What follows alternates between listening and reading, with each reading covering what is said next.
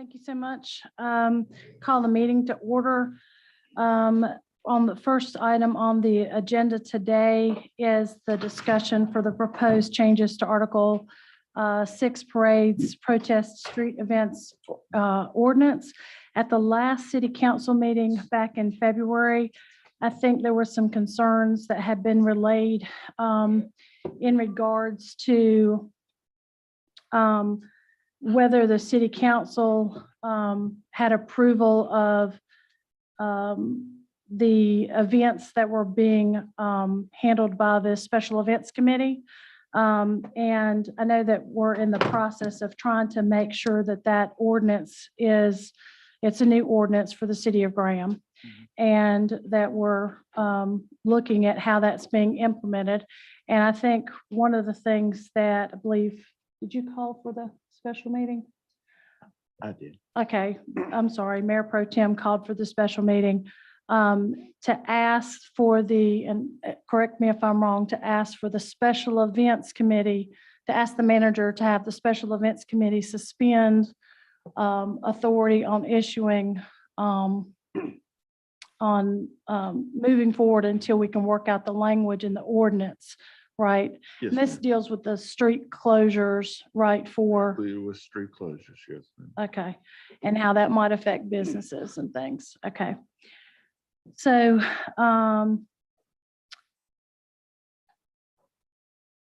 so it's not to change anything in the ordinance, this is only just to suspend the special events committee, and that any kind of special event that is to be held in Graham would have to come before a legislative body, this body. Is that what it? Okay, so since this meeting was called, I guess because there are some events that are already being planned for, like, as far as October, I think that when this was brought to my attention, well, were you the other person that called I for was the involved. special meeting? Madam Okay. Mayor, it's one of those things that some of the events that were approved under the jurisdiction of the previous council, Yeah. and we had not seen or had any input. And so the feeling was whenever an event is being hosted by the city, we are being held, we're the responsible body. Mhm. So that if someone files a liability suit against us, it's we, the city council, representing the city and the citizens, and not having any say-so when they were approved. I just felt that we should review those approved events and either concur with their approval or deny them.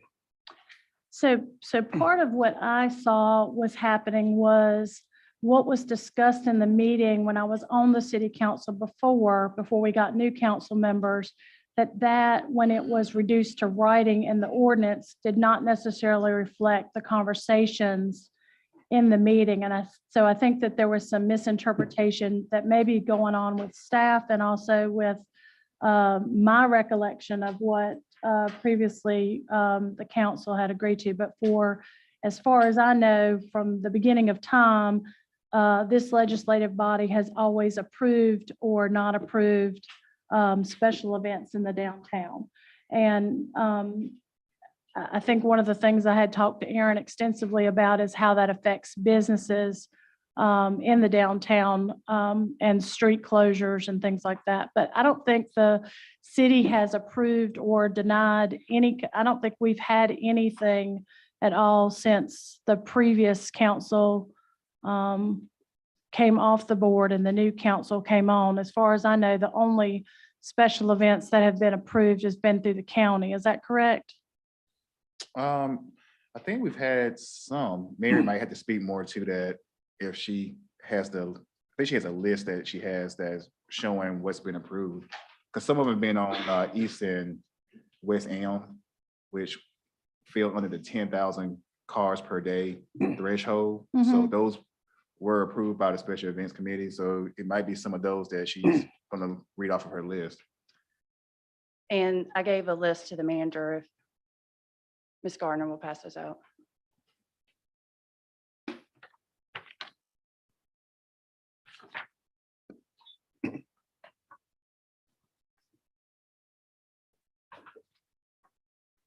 Or is there any media here that needs a copy?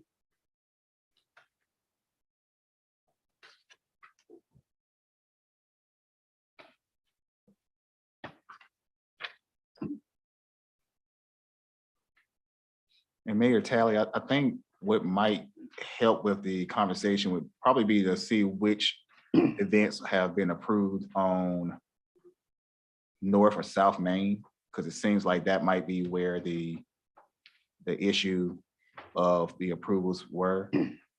But there's no street closure that I know of on North Main. And I didn't even know that the first one that was on here, which is February 26th from the First Presbyterian Church. Why did that not just go through the county? I thought that would have just gone through the county, not the city. Are you asking me or? I'm asking you. Okay, council, thank you for this opportunity this afternoon. I represent the Special Events Committee as the chair. You are correct, Councilmember Chin, that this did not, it wasn't created underneath this council. It was created underneath the previous council and under previous leadership with the ordinance that's in place now. The structure of the Special Events Committee includes myself, the Grand Police Department, the Fire Department, the Recreation and Parks Department, and Public Works. And then just for the record, so others know, my department is Downtown Development. And the way that the ordinance reads is that the manager had authority to create the Special Events Committee that then would vet events on city streets, citywide, with average daily traffic less than 10,000. So for those in the audience not aware with what the average daily travel counts are in our downtown, West Elm and East Elm are significantly under the 10,000, somewhere in the range of like 1,500 a day. North and Main Street is an NCDOT road. The way that I was taught in approving events is that the city approves the event. The city doesn't have the authority over the NCDOT to say, yes, this will be a closed street.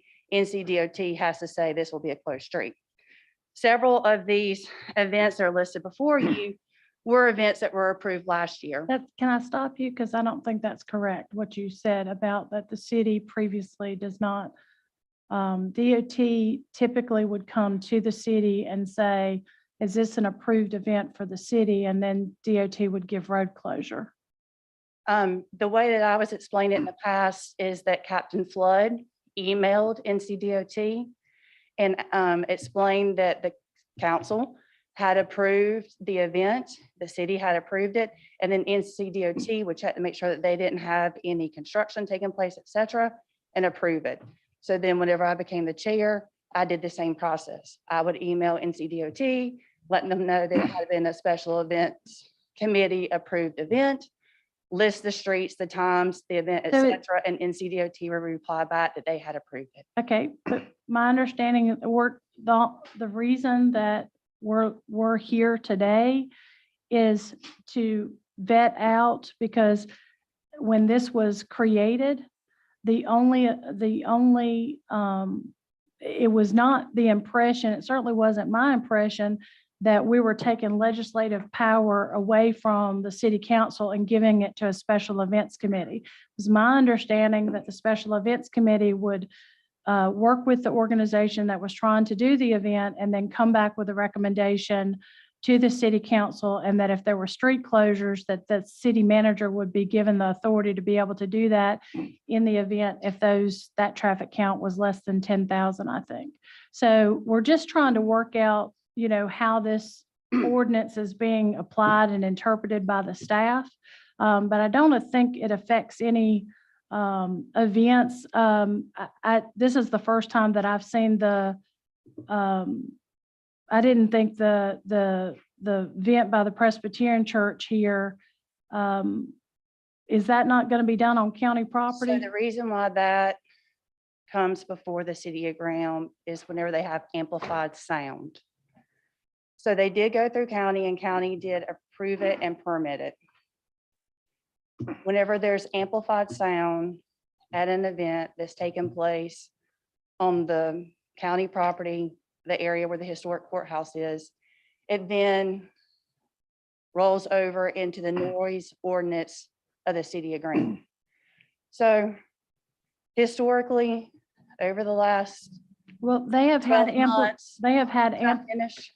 they have had amplified amplification out there numerous times. And they have come before the SEC unless it was a First Amendment approved event. So This has, this. what was we're here the- today has nothing to do with that event. I'm providing the list of the events that the Special Events Committee has approved. But has And the these- county not already issued a permit for that event? It has. Okay, well, that's irrelevant. We can only talk today about what this city council is looking to do to suspend issuing permits until we get this. I understand what you're saying, that that was permitted by the counties. I included it because it was also approved by the Special Events Committee. Okay, well, this is I the first I've understand that- heard of that. Well, you've been included on emails that I have sent since these events, identifying them that they were going to be vetted by the Special Events Committee. So I have no idea. That is not, I am completely unaware of any emails whatsoever, other than you saying that there's events coming, that there's a whole list of events for the whole year coming.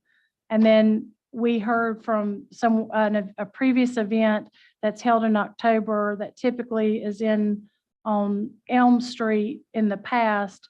They're looking to close North Main Street, I believe.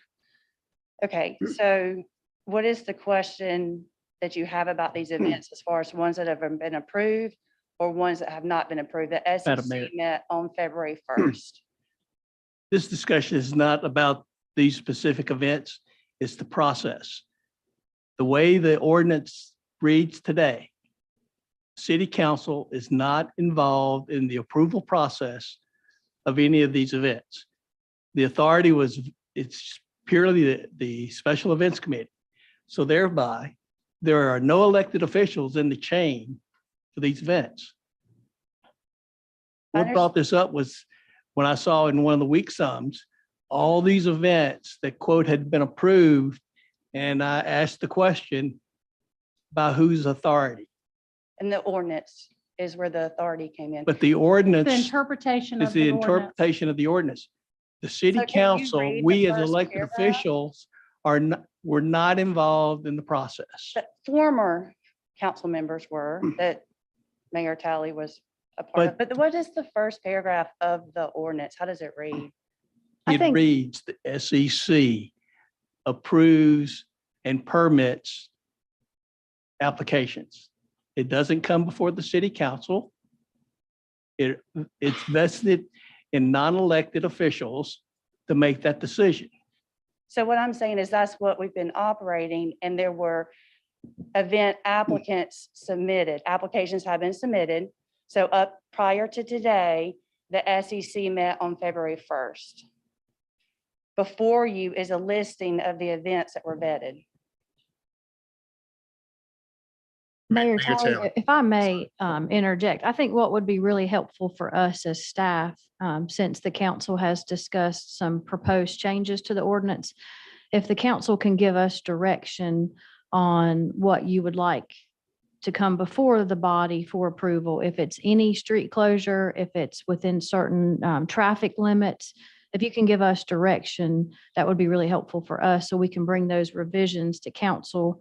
We've already discussed suspending the Special Events Committee and not approving any more events until we can get this back to the governing body. So if there are certain things you would like included in the revisions, that would be really helpful for us to know if it's any street closure, if it's within a certain area, within a certain traffic count. That would be beneficial for us so we can bring that back for your approval. I mean, from what I hear from businesses is if you're going to close a street and just arbitrarily close the street, they want to I mean, we just haven't done that in the past. And, you know, everyone's acting as if we're changing something. This is the way it's been done forever, is you always had events come before the governing body, the previous city council and the ones before. It's only with this new special events policy and the section dealing with road closures that, you know, the city assumes some liability with that. If someone gets hurt or barriers get broke through or any of those kind of things happen. And we see some of the things, you know, that have happened in that regards. But to me, I really don't want to be affecting people's businesses and having businesses to close because they can't have access to parking in front of their building or access to their area because someone's decided to do a street festival in front of their property. It's a little bit different if, like, for instance, Little Brothers Brewery's on here, and I think they're wanting to close off West Elm Street.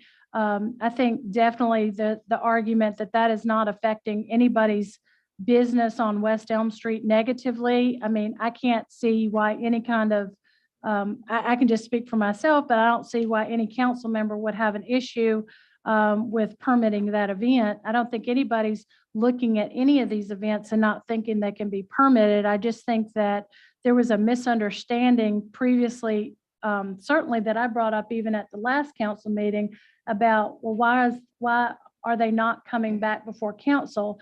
And specifically, it said in the ordinance that was approved that any event over, I thought it was 10,000 car street, that you'd have to come back to the council. And then other staff members are saying, but the rest of the ordinance says this and the rest of the ordinance says, and I said, well, that ordinance went back so many iterations, honestly, that I think something got lost in the translation. And we really haven't had a lot of events since that was passed to really kind of vet it out. And when we saw the whole list coming from Mary and how that might affect some businesses, if those things, I don't think on West Elm Street, because you can still get to every business that's open, even if you have West Elm Street closed down. But when you start closing down North Main Street or South Main Street, you really start affecting people's livelihoods. So I think to me, it seems a little unfair to those businesses not to be able to come and speak to the governing body and say, hey, why are you closing my business, my street down in front of my business, you know, 2 or 3 times a year without even me having any input? Because they can't really argue that fact to staff. Well, they can. And If they notify, are. they don't necessarily know until it's I too late and the event's already passed. that is not true. So last year, that was a concern that you had. You and I discussed it at length. And as a result, all of the applicants are told, you are to go to all the businesses on your street that's being affected and notify them. That's why the communication this year has started much earlier. And as a matter of fact, even today, myself and the supervisor with Recreation Parks, Emma Griffin, we're going to even go downtown and hand flyers out. So these events that are before you, there are 2 that also include North and South Main Street, one being a city-sponsored event, Slice of Summer, that has occurred previously and been approved by a governing body. It has not been approved by SEC because of COVID. It is before SEC this year. It was one of the events that was vetted on February 1st. The second event that is requesting use of North Main Street is the October 1st Family View Services Car Show. That one was approved last year under the SEC.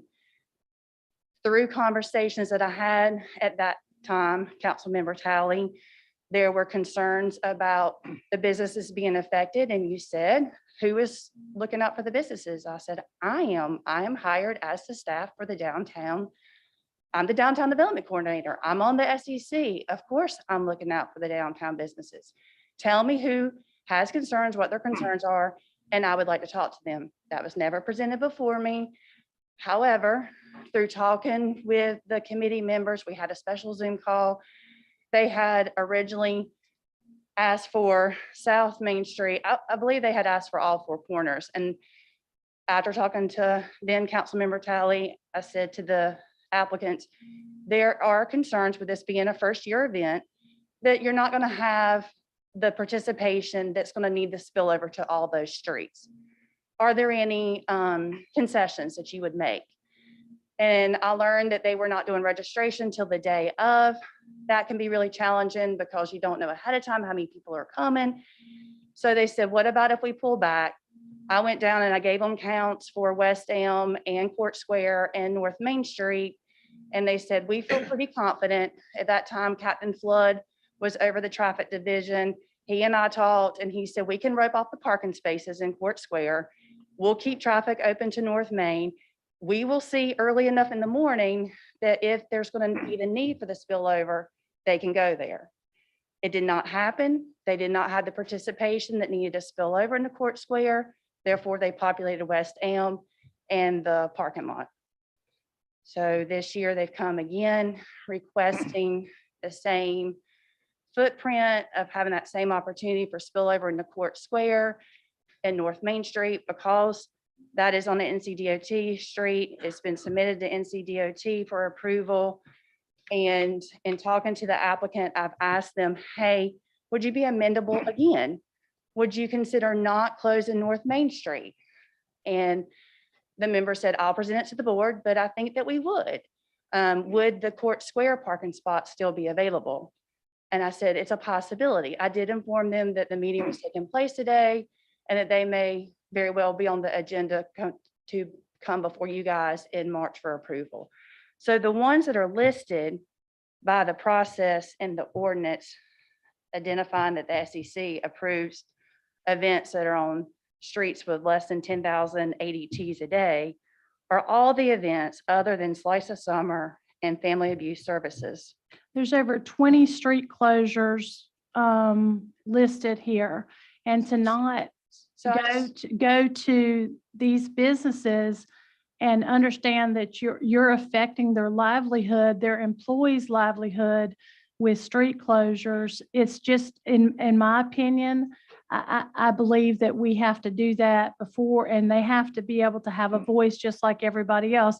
If I decide I want to come down here and I want to have a birthday party and start closing down streets, I mean, the way that it seems to be interpreted by the staff.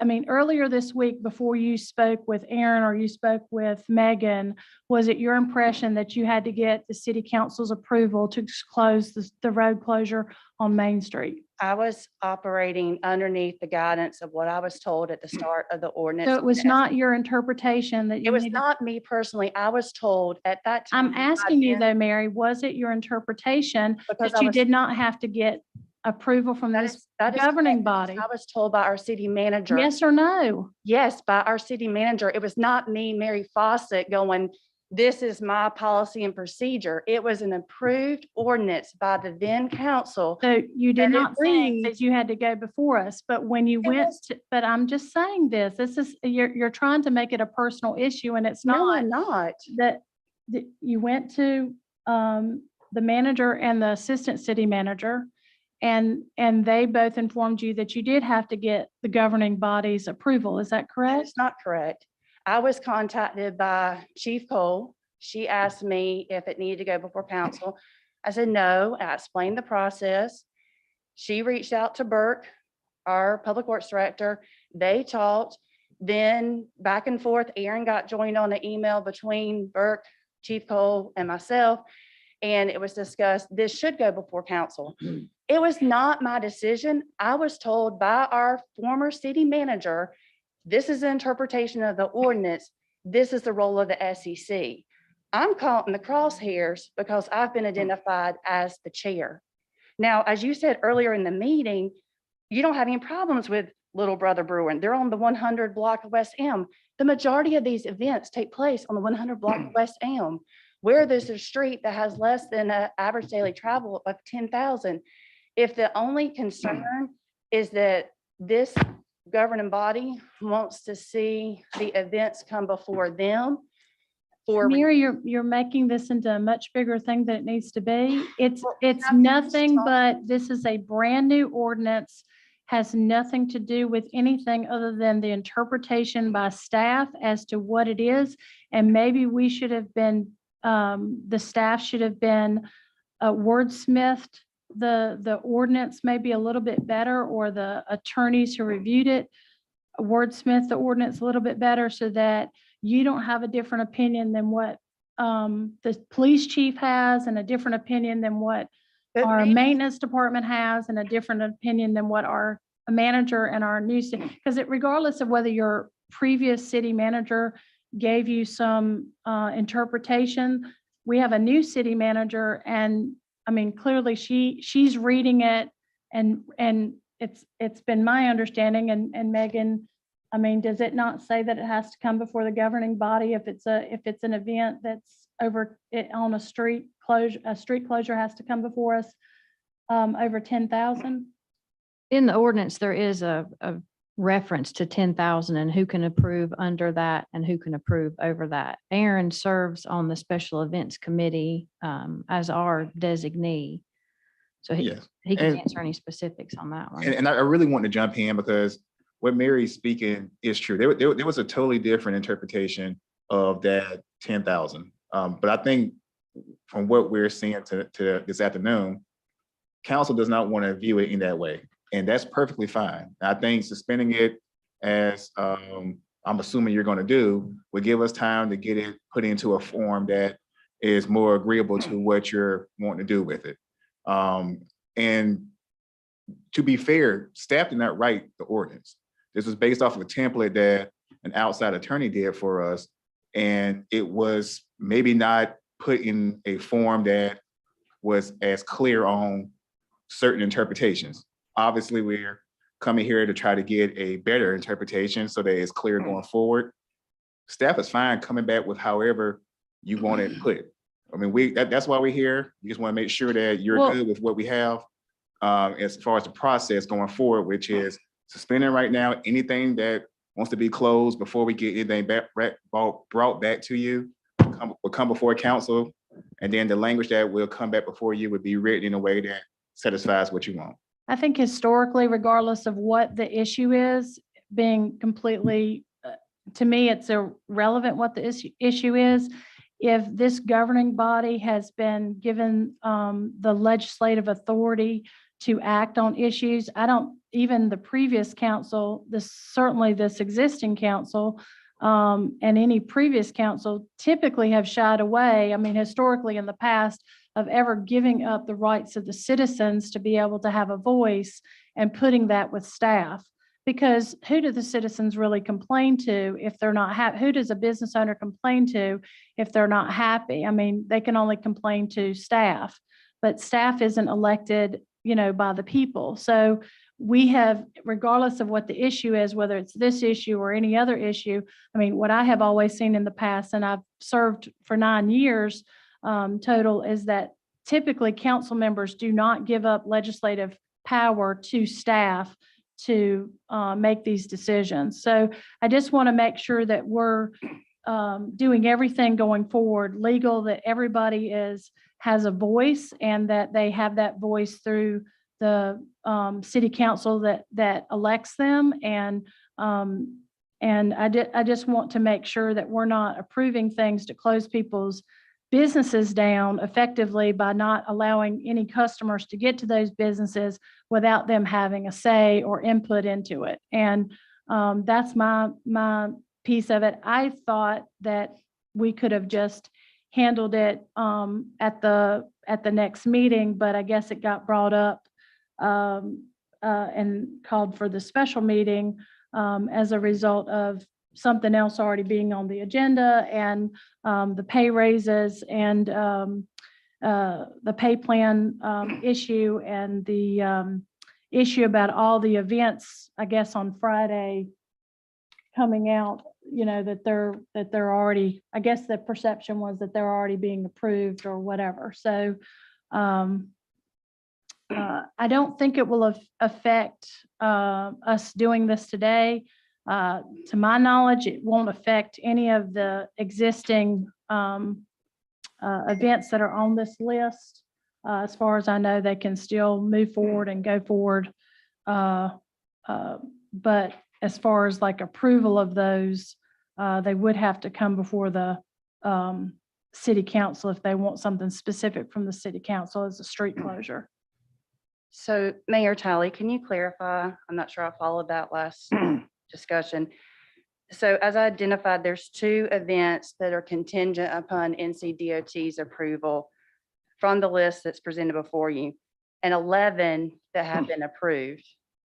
As it stands, those were approved February 1st through the SEC by the ordinance that has been adopted by the city of Graham and is in play. If moving forward, I understand, but to this point, are these 11 approved, or do these have to come before the governing board? What are the 11? If you will look at the sheet that I presented, listed before you, as I've already heard, you don't have any concerns with the first one. So number 2, number 3, number 4, number 5. We don't issue the permit. The city of Graham does not issue the permit for the First Presbyterian Church to do a candlelight vigil for White Outlaw. Okay, the chief of police working in this committee has informed me that when there's an event that has amplified sound, it is then to have a special event permit. That is why the First Presbyterian Church's event, the candlelight vigil for Wyatt Outlaw, was vetted by the SEC. And this started last year. So I don't have the total in front of you, but this is a duplication of the events that took place last year. So there were at least 10 events that the SEC approved last year through the same process that I'm speaking on today. I think you have time to get all of the other events on here approved by the city council if it involves a road closure specifically, but in regards to the one that's already scheduled for the 26th, I'll just defer to the police chief. Do you have any concerns, Chief Cole, in regards to that event that this city council should even be concerned with? The first, that's the only one that time sensitive. I mean, I think when's the 26th? That's next week, right? It's Saturday. It's this Saturday. Okay. Okay, well then, no problem. Okay, so then for clarification, you're saying for all the remaining events, although they were approved February 1st by the SEC, that's null and void, and I'm to contact all these applicants and ask them to come before council to get approval for the street closures. Is that what I'm hearing you say? Or are you good with the ones that were approved on East and West Elm, but any coming before, any of them that would need closures for North or South Main? I think just for simplification, if you have, I mean, is there a problem with coming before the March meeting for an April event, April 30th event? I can't imagine that approval would be withheld. So it's a practice, right? These applicants have been told that they submit an application in the vetting process, and then they received an approval email asking them to provide insurance. So now we're asking them to come back to get a rubber stamp for the event that they've already been approved for. Is there any opportunity for the council to say that they will honor the 11 that were approved that are not in an NCDOT of North Main or South Main, and that for Slice of Summer hosted by the city of Graham and for the Family Abuse Services? This is the reason why things come before the governing body. I can't foresee what someone is going to say, but I personally don't think that there's any issue in regards to any of these other events that I know of that are already scheduled to come before the council, but they would need to do so in April or in March prior to their event. I will inform them of that. Thank you for that clarification. Yes. Madam Mayor, I appreciate where I think you just ended up, But I would just like to comment, since 12 of these are in the 100 block of West Elm Street, which is where our office is, I have not heard one word, neither from the city nor from any of these sponsoring groups, asking our opinion about the presence of the street closure for any of these. I don't have a calendar with me. I'm assuming most of them are on Saturday, except those that are called Thursdays at 7. But I would point out, for instance, on the Thursdays at 7, the hours listed are 5 PM till generally 11:30. But in fact, in reality, for the people on that street, including our business, we're frequently asked to get our cars off the street. We're going to set up, quote unquote, several hours earlier. So these are the kind of issues I do believe the city council should be dealing with. And so I commend your move toward having council approval. You may decide, fine, we're going to do it, and Tom's themes about your parking, but at least the council will be the one deciding. And presumably, I would urge that the council ensure that the city notify people that this is pending. I could not agree with you more. It's frustrating for me. I mean, there's a furniture business downtown, and for one event, a couple of years ago, I mean, a staff person was literally going into the business and telling customers they had to leave and move their car. I mean, we just don't, this is a business district. This is not a shelter in a park that you can just rent out. You are affecting people's livelihoods, you're affecting employees, you're affecting their sales. You know, we have to be conscientious. It's not that the businesses downtown don't want to allow the street closures to happen and to try to do community oriented events. They do, but there has to be a balance, right? There has to be a balance between the businesses needs to be able to own and operate their business freely with the only parking that they have, which is out on the street, and allow the streets to go back and forth.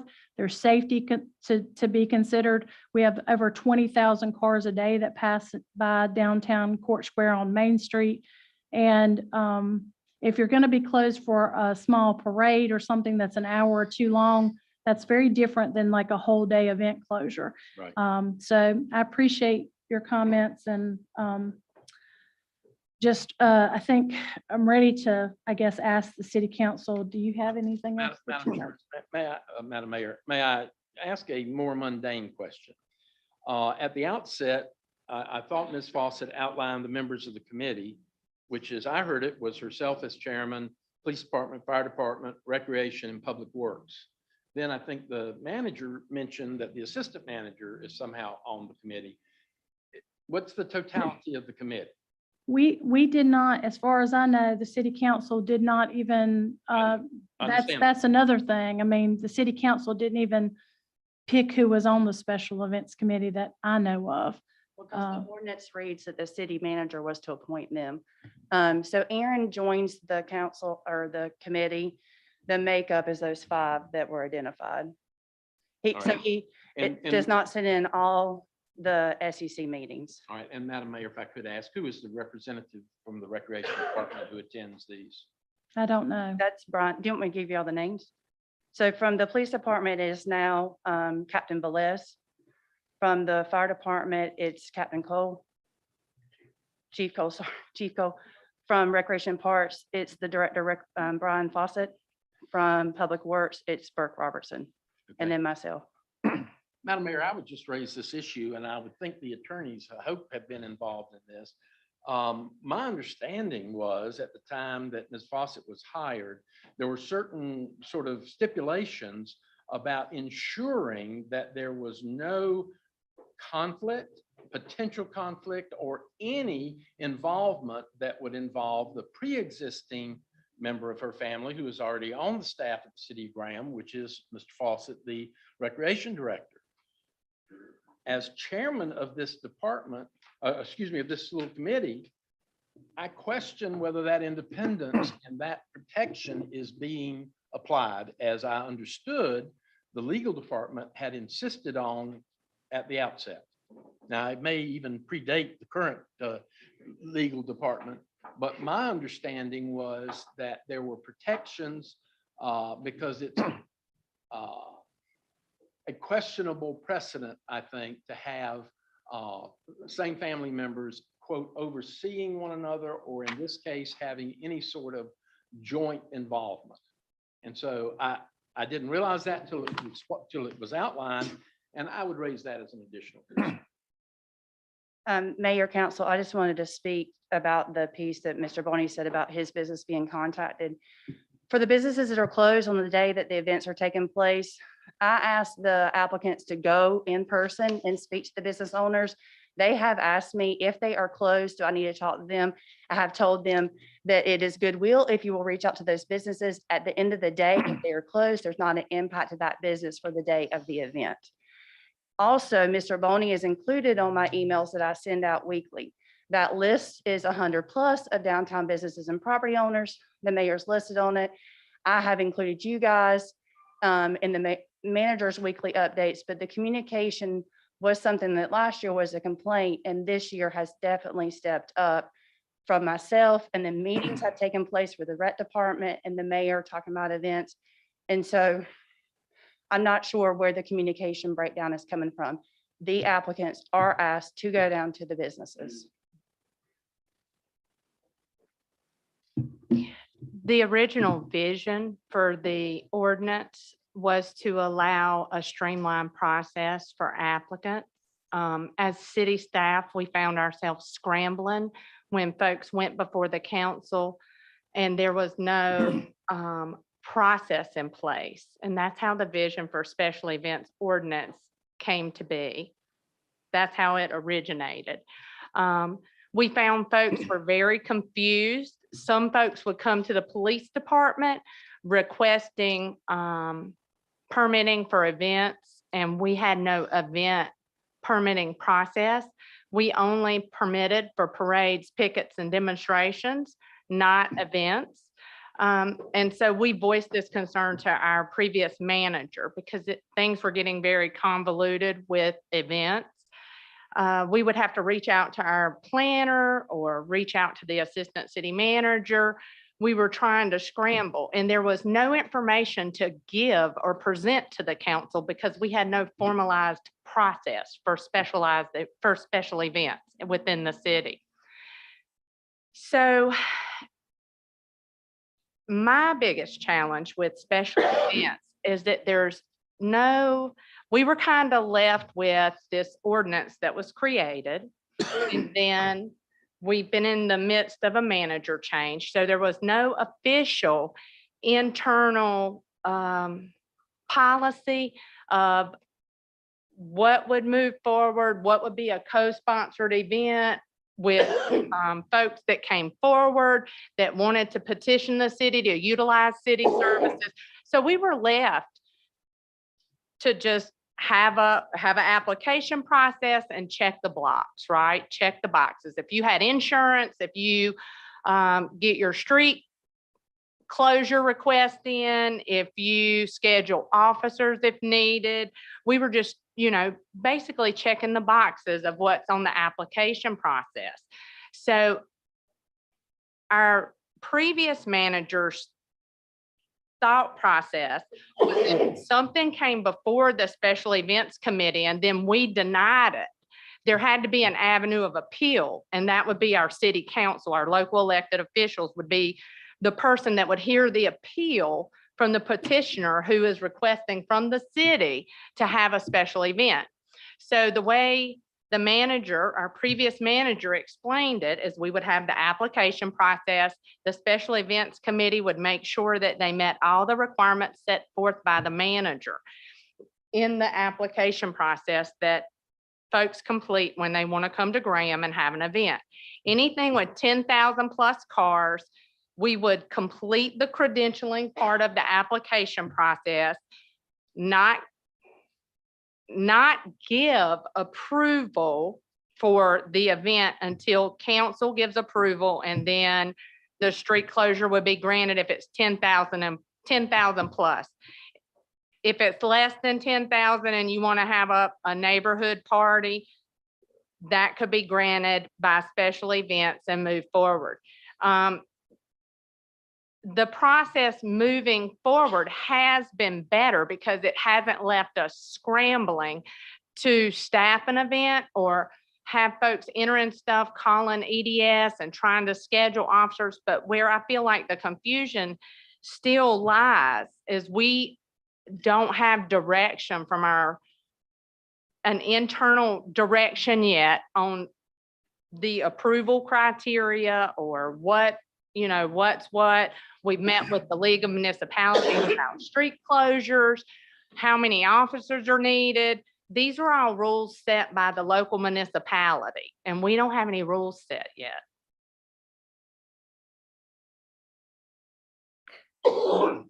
So what you said earlier about the committee making recommendation, I thought that was the way it was going to be to work. Honestly, when I was on the previous city council, was that you were gonna, like, someone comes to you, they say, I want to have this event. You say, okay, well, that's going to involve, how many people do you think you're going to have? If you're going to have a lot of people, then, do you have a big enough space, big enough venue for that, to have that many people? Are you going to have porta-johns and barriers for safety? Are you going to make sure that traffic, has some sort of, you're able to, if it's going to be a parade, that roads are closed with barriers and things, and all of that costs the city taxpayers dollars to be able to do that. And just historically in the past, we haven't, the council has not necessarily really been in favor of, I think, closing streets off unless it's a city-sponsored event in which we can make sure that, that we have police there, because you're paying for police, you're paying for barriers, you're paying for porta-johns, and then you take on some liability too if somebody gets hurt at your event, right? So, I mean, you want some clarification. To my understanding of someone now, even with the suspension of the special events committee, the staff would still try to make sure that anybody applying for an event gets the event insurance, gets the porta-johns, make sure that all of these things, barriers and all that sort of stuff gets done, and then come to council to get approval. We're not changing anything from the way it was done prior to this ordinance. But until the ordinance can be wordsmithed to be clear, so that regardless of what staff member reads it, it's very clear as to what their role is and what our role is, and that approval still has to come through this council, then I think that we need to do something in the interim so that we don't have one person on our staff telling people that are applying one thing, and then the rest of us are interpreting the ordinance differently. I just think it needs some clarity. And I brought this up at the last council meeting. I just didn't anticipate that there was going to be all these flurry of events trying to get approved in February for events that aren't even happening until October.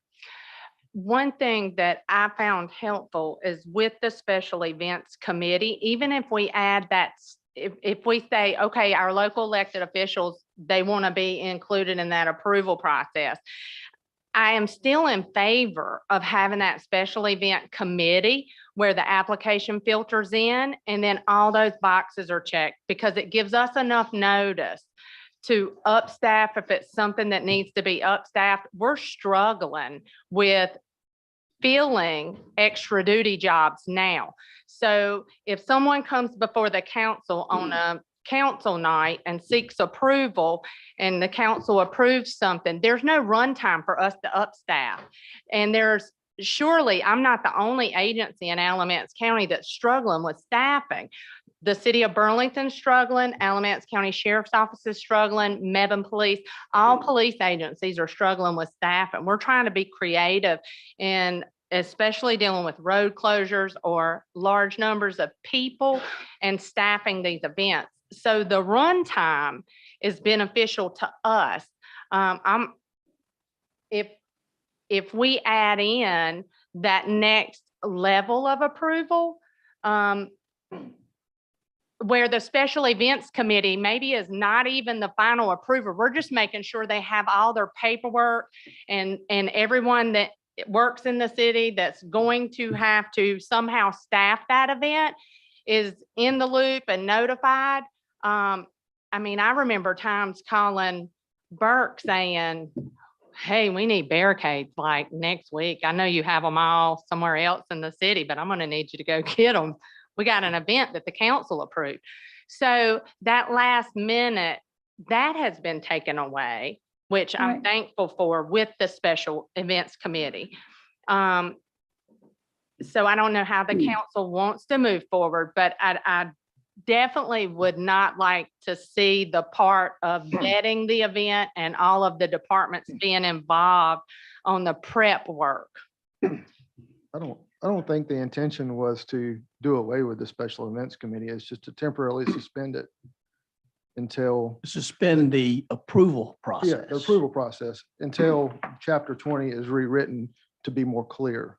I think the special events committee will still be in place. I don't think it's So is he referring to special events or to the whole chapter? to the The committee. special events committee. So there will be revisions to both. Long-term, there will be revisions to the special events portion as well as other parts in chapter 20. So We don't have anything to do with that. That's what the We are lawyers. not Right. pushing to eliminate the special events committee, We're talking about special events committee the committee. only. We appreciate what it's doing. But what's missing is city council representing the city and the citizens in the approval process. So the SEC goes through everything you just mentioned, make sure that the organizer has checked all the boxes. Then the SEC would then recommend approve or disapprove. And I do not And see, then it for would just, me, that's beneficial. I don't know what legal thoughts are on that. I just don't want the pre-planning part where the applicant has to come, enter get their information, get their insurance, get prepared to give that information to the council, and then the applicant haven't met all of the guidelines, because it gives staff time to staff events. all that.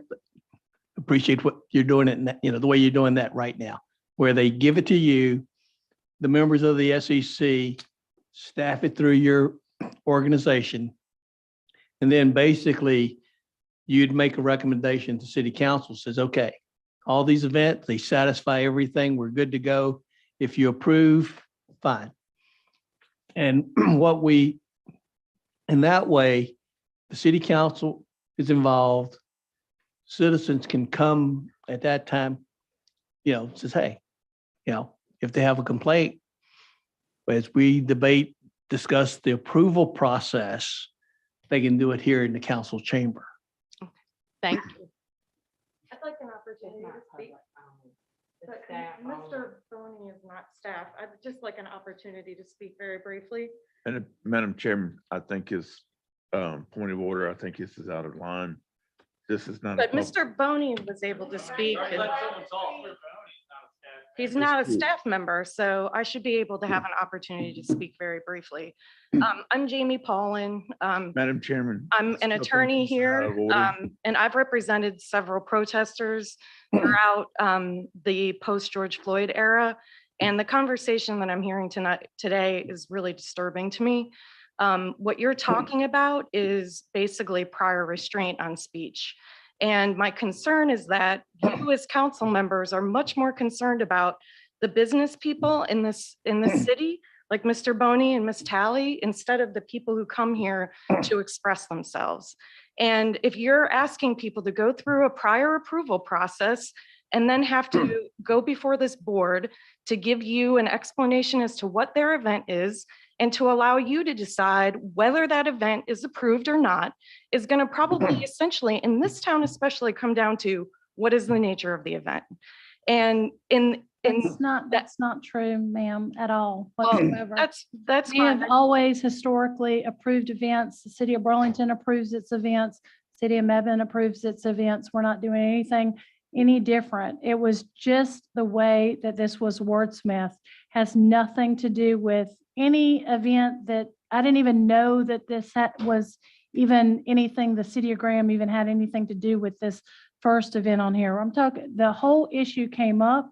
The whole I don't- issue came up that you're concerned that your business isn't doing well No, because there was a Yes. protest event this weekend. Had nothing. to do had with it. absolutely nothing to do So with the it event was, whatsoever. this meeting was noticed on Monday because this was an ongoing issue?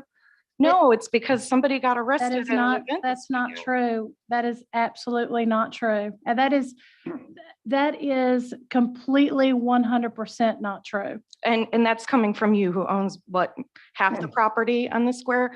I'm not I gonna know sit that here you, and you're- insult you're- you. I've ma'am, made my we point. can only talk about where it actually came up with is an event that's not scheduled until October, which is the closing of North Main Street for family abuse services that typically had previously been on West Elm Street. And that event isn't until October, but you had to call a special session today. Because they're approving it in February for October. It's already been approved. What are you gonna do about these events that people I have don't already think that received approval? Ma'am, I don't think it has already been approved. They've They're received trying to approval approve it since- in February for an event, and that's when we first got notified. We haven't had an event since this was passed. I haven't known of a street closure since then. How would I even know that? I don't have something in, a magic, I don't have the ability to be able to foresee that a staff member is going to misinterpret an ordinance passed by the city council. It's the way it's written. It's just, we're trying to get clarity. No one is trying to stop anybody from having an event. Regardless of what we do today, it literally has no effect on any event that you're trying to do. Then what is None the whatsoever. purpose of having this conversation? I mean, it seems to me that I right now see you're no saying, purpose but I see no purpose as it relates to you or your organization or anything that you're trying to do. I see no correlation between that because you're just assuming that there is a correlation, but there is none. This has something to do with an event that's trying to close down North Main Street in October that previously only affected West Elm Street. And West Elm Street just honestly is, and if it's on a Saturday, the business, there's an attorney's business there, there's a DWI center business there, there's the Alamance News, and then there's county buildings. and there's like a restaurant. But they can get to that from Main Street. Both the restaurants they can get from Main Street. It does It's the affect ones in between. it does affect Little Brothers, but assuming that they're okay with it, it affects the least amount of businesses in that space. Plus, it also has a city parking lot that you're able to do overflow in. I don't think that any of these events necessarily will have any kind of any of the council members are against or don't want to see move forward or anything. I just think that we're trying to make sure that people do have a voice, that people can say what they want to be able to say. And to make the argument that we don't allow that, even the previous council doesn't allow that. We dealt with 48 protests in 52 weeks last year, 48 out of 52. If that does not speak to our commitment to allowing people the freedom and the First Amendment, I don't know what else does. Well, that, part of those were prior to this ordinance. I just want to say thank you for addressing my issue. And just that, my concern is just making sure that people have the opportunity to speak. That's exactly, I think we're on the same page. Because do you see that if you owned a business or if you are a private, you're a private citizen and you're going to have, say, what's happened in the past is somebody had like a wedding planned. Now, you've sent out invitations, you've got all these people coming to bridal showers and weddings and things like that. And you've done this months in advance. Just imagine if this was your daughter. And then all of a sudden, somebody decides and comes to a special event committee the week before and decides to do an event out there, regardless of the content, regardless of what it is. But you've already 6 months earlier already made a decision to have that event outdoors or in the downtown or in that area. You could see how that could be a conflict, and we have to be able to work through those things. People need to be able to have a voice. Businesses need to be able to have a voice. Private citizens who want to use a specific public space want to be able to have a voice. And that's honestly, I think we're much more on the same page than you think that we are, or make the assumption that we are. Just making sure that, what I've heard up to this point until you just made that statement was a lot focusing on the business. And, there are people here, there's a lot of interest in protesting here, based on some historical reasons, and that's something that this board has to balance. Just going to have to balance the business owners and people's right to speak. And everything that I heard up to this point was really much more focused on, how this is going to impact the business people. But I don't want to waste any more of your time. I appreciate you letting me address you. Thank you so much, Ms. Paulin. Appreciate that. Good evening, everybody. My only concern that I do have a big concern about with the events that come up and then dealing with the permits. When you're dealing with the permits, a lot of things has happened in the past to say that some things were allowed, and then you go back on your word and say certain things were not allowed. This is what I don't want to see as far as the permits in the future, because there's been, a lot of lying, with our officials about what's to take place with these permits. And that's my main concern.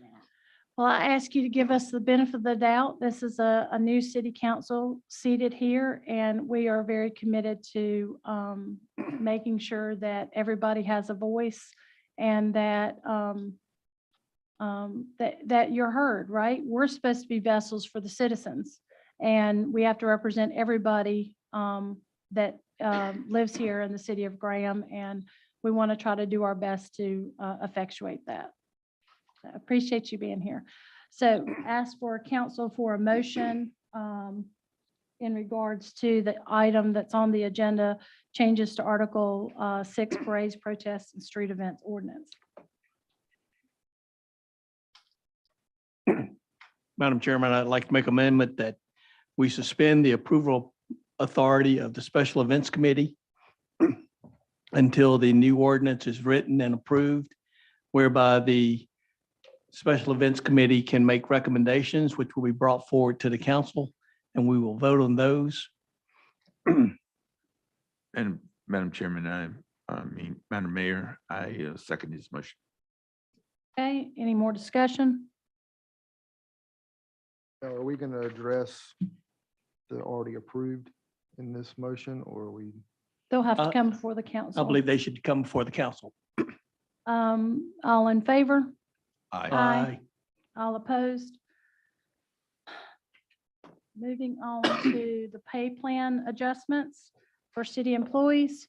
Everybody got a copy of the salary changes. Now, this is based on a pay study that was done recently by Mebane, right? Correct.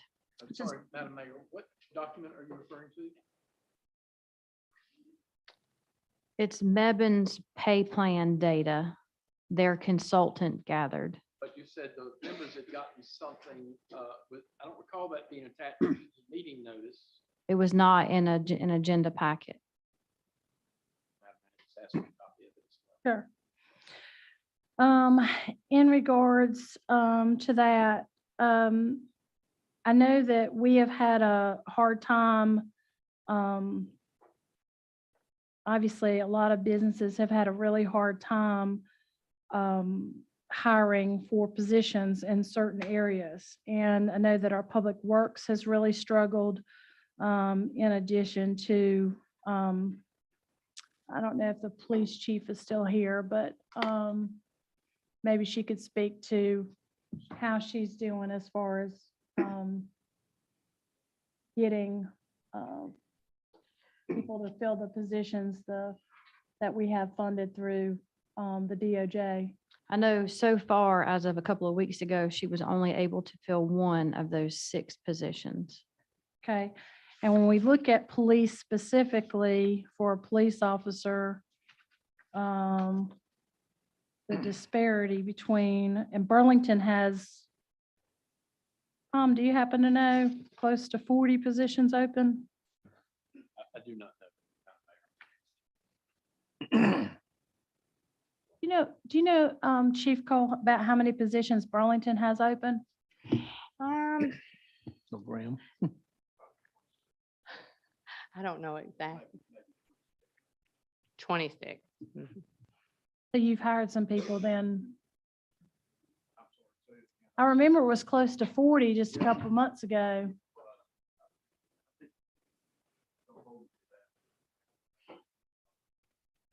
Okay. So we're competing against the I have, Burlington. well, I have 6 current openings. And what is, how is that going? Are you, So we're processing applicants. One of our challenges is applicants that are ready to go. We're getting quite a few applicants that haven't been to police academy yet, to BLET, that are, so they're anywhere between 6 and 8 months out. And that's if they meet all of the administrative code elements and can be credentialed in the state of North Carolina to be a police officer. So that's part of the process as well. You can go, which it sounds odd, but you can go to BLET per administrative code and not be allowed to hold certification in the state of North Carolina per administrative code. So just because you go to BLET does not guarantee that you can become certified in the state of North Carolina. So there's a lot of vetting that goes into these applicants. And so our draw for lateral, meaning someone that has experience that's ready to go, is very low. And Chapel Hill just released publications for their starting salary, which is well above anything in Alamance County.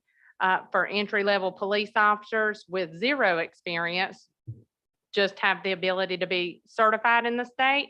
I certainly don't think that the city of Graham's going to reach that threshold for entry-level salary to compete with the city of Chapel Hill at this current time. Their starting salary was like 64 for a police officer 1. They just released the flyer with their top end for a PO1 at around 90,000. I've never seen anything like that, right? So I was like, wow. And they're really close. So Mebbane's increasing their starting salary for PO1. Burlington has increased their salary. So it's a so competitive what market. is our PO1? 41.9 and change. When they come off of probationary status, if they have education, there's an educational incentive that the city of Graham pays. If they have previous experience, we can, So the thing that I struggle with, and I mentioned this to you, Megan, we looked at this earlier, was the average actual pay says 50, but that's because longevity, right? right. And so that's not really the whole point of this conversation is to get those positions filled. And us going almost, 8 months now in Public Works, we're coming up on 8 months, not being able to get some of those positions filled. And when you're a department of 8 people and you're out and you have 4 vacancies, that's a real problem. Mhm. And our projects obviously are stacking up that are not, it's like you go to just like what's essential, because everything they do is essential, but it's like, how do you get more out of it than, You have to be competitive in the market, right? right? So I guess it would have helped me more to have like what these entry level positions are that are open. I have 6 PO ones, which is a police officer one, open now. And Burlington's is 42,675 and Mebane is 48,255. 40, well, their average is 48, but their entry opening is 46,586. We used to be we used to be competitive, right? We were right there with the other agencies and now we're not as competitive. So for a new kid going to BLET and you have Burlington, Mebane and Graham, we're the lowest paid. Policing's policing in a new kid on the block's view, right? They're gonna get a police car, they're gonna get a uniform, they're gonna get training. So why wouldn't you go to the agency that's gonna pay more? That's what we're facing now, especially for recruits coming out of rookie school, that are just graduating from BLET, that are ready to start their career in policing. All of them come out equal, right? And Mhm. then it's all about the pay. Who's gonna give us the most money? They know they're gonna get all the tools of the trade. And these new positions are going to be patrol positions, right? Answering 911 calls, right? Yes. Okay.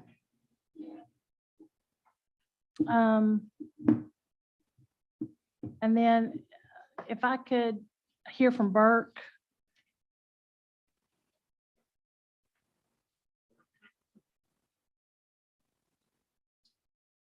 Yes, ma'am. So how long have you gone without people and what is your situation for the last year? We have had open positions since about May of last year. Currently, we're down 3 at Public Works. We did hire a couple. Actually, they've completed 1 week. And they've showed up for week number 2, so life's good. So, I know you kind of get really busy in the spring. I'm really concerned about, Yeah, we gotta get roads ready to pave. Yard waste picks up, solid waste picks up, grass mowing starts, litter increases, so everything's fixing to increase tenfold in the next 30 to 45 days. okay, The 3 people that you're down is it just across your, 2 are in streets, 1's in property maintenance, where we're working on filling a position from a retired person there, for where, Mark retired. and then will you be filled up? Okay.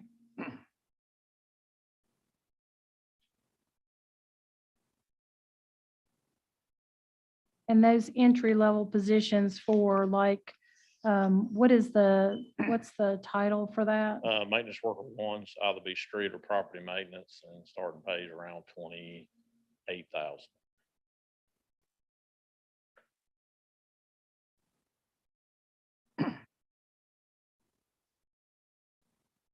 $28,000. Yes, ma'am.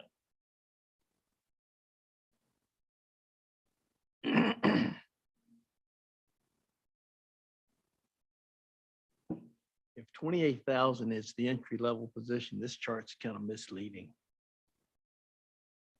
Survey. Yeah, I know. How much for Mebane, you put down 27,000. Do you know what their opening position is in maintenance? Their recent adjustment is I think, my understanding, their minimum pay is $15 an hour for any position in Mebane. So that'd be 30 something other, 32,000. So I don't know why on this pay study it says 27.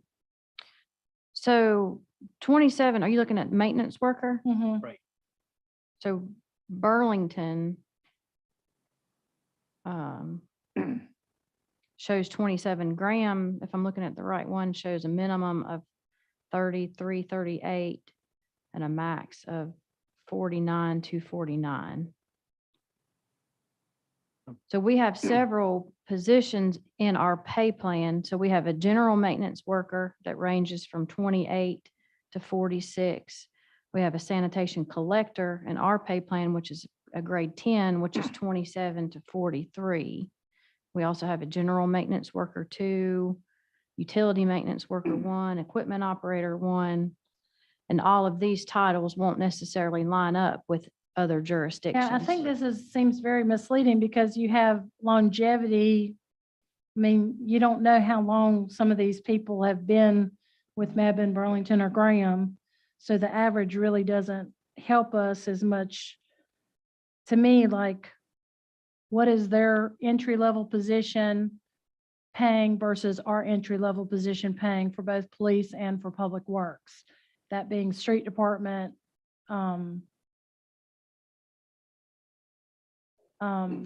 sanitation, and maintenance. Do you know what those numbers are?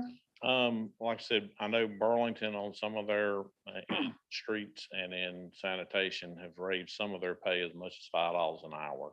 I think if you're showing 27 in Mevin's pay study for Burlington for a maintenance worker position, that was pre-council adjusting pay.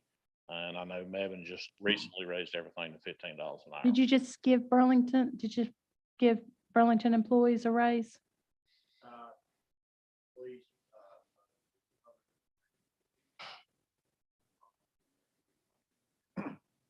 If $15 an hour is a minimum for other jurisdictions, that's a little over $31,000 a year for a So- 40-hour work week. So a 2-hour raise will get them right even with that, right? A $2 an hour raise, because that would increase by 4,000. So we go from our entry level, you said was 20.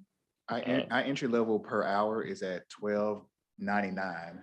So when you go up to $2, you go up to $14.99, round it up with all the little extra numbers after that would be $15.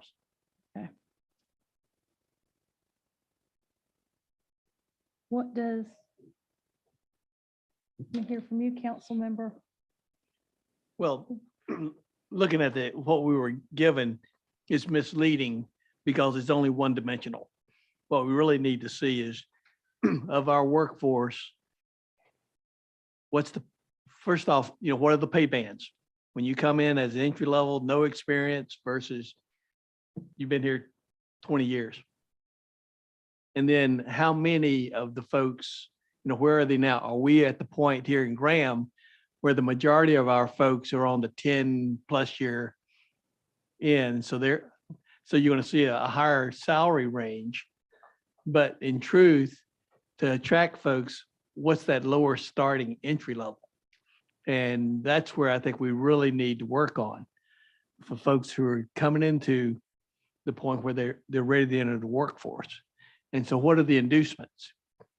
Training, things like that. But then the challenge when you offer training is how do you keep them long enough to reap the benefits of the investment in their training? So I think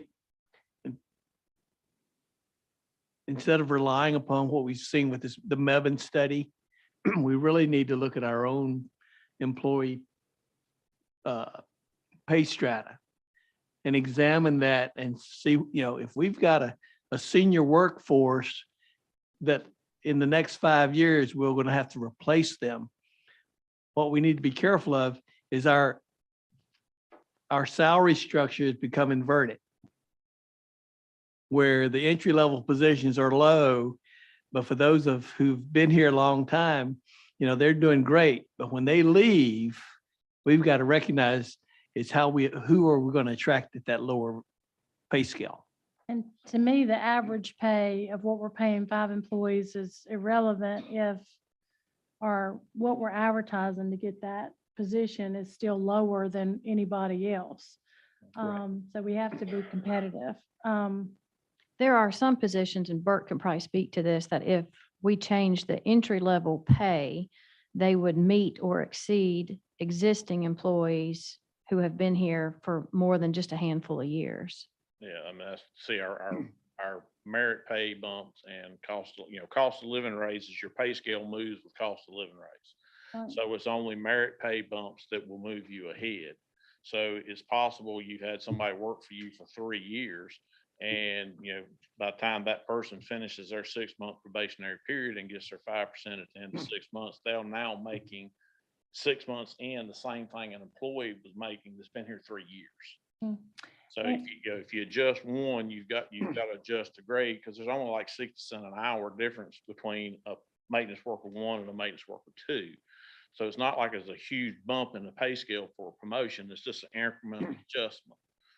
And is there any other positions, like Tanya's department or water treatment or wastewater treatment, or any other positions in the city that have gone months and months and months with no? I mean, my understanding, even in Burke's Tanya department, is 3 years. people went and they were qualified, they went through the vetting process, and then they didn't take the job because it didn't pay enough. Yes, that happens. I mean, as recent as a couple of weeks ago, that we had applicants who could do the job, and once they found out the pay range, they refused.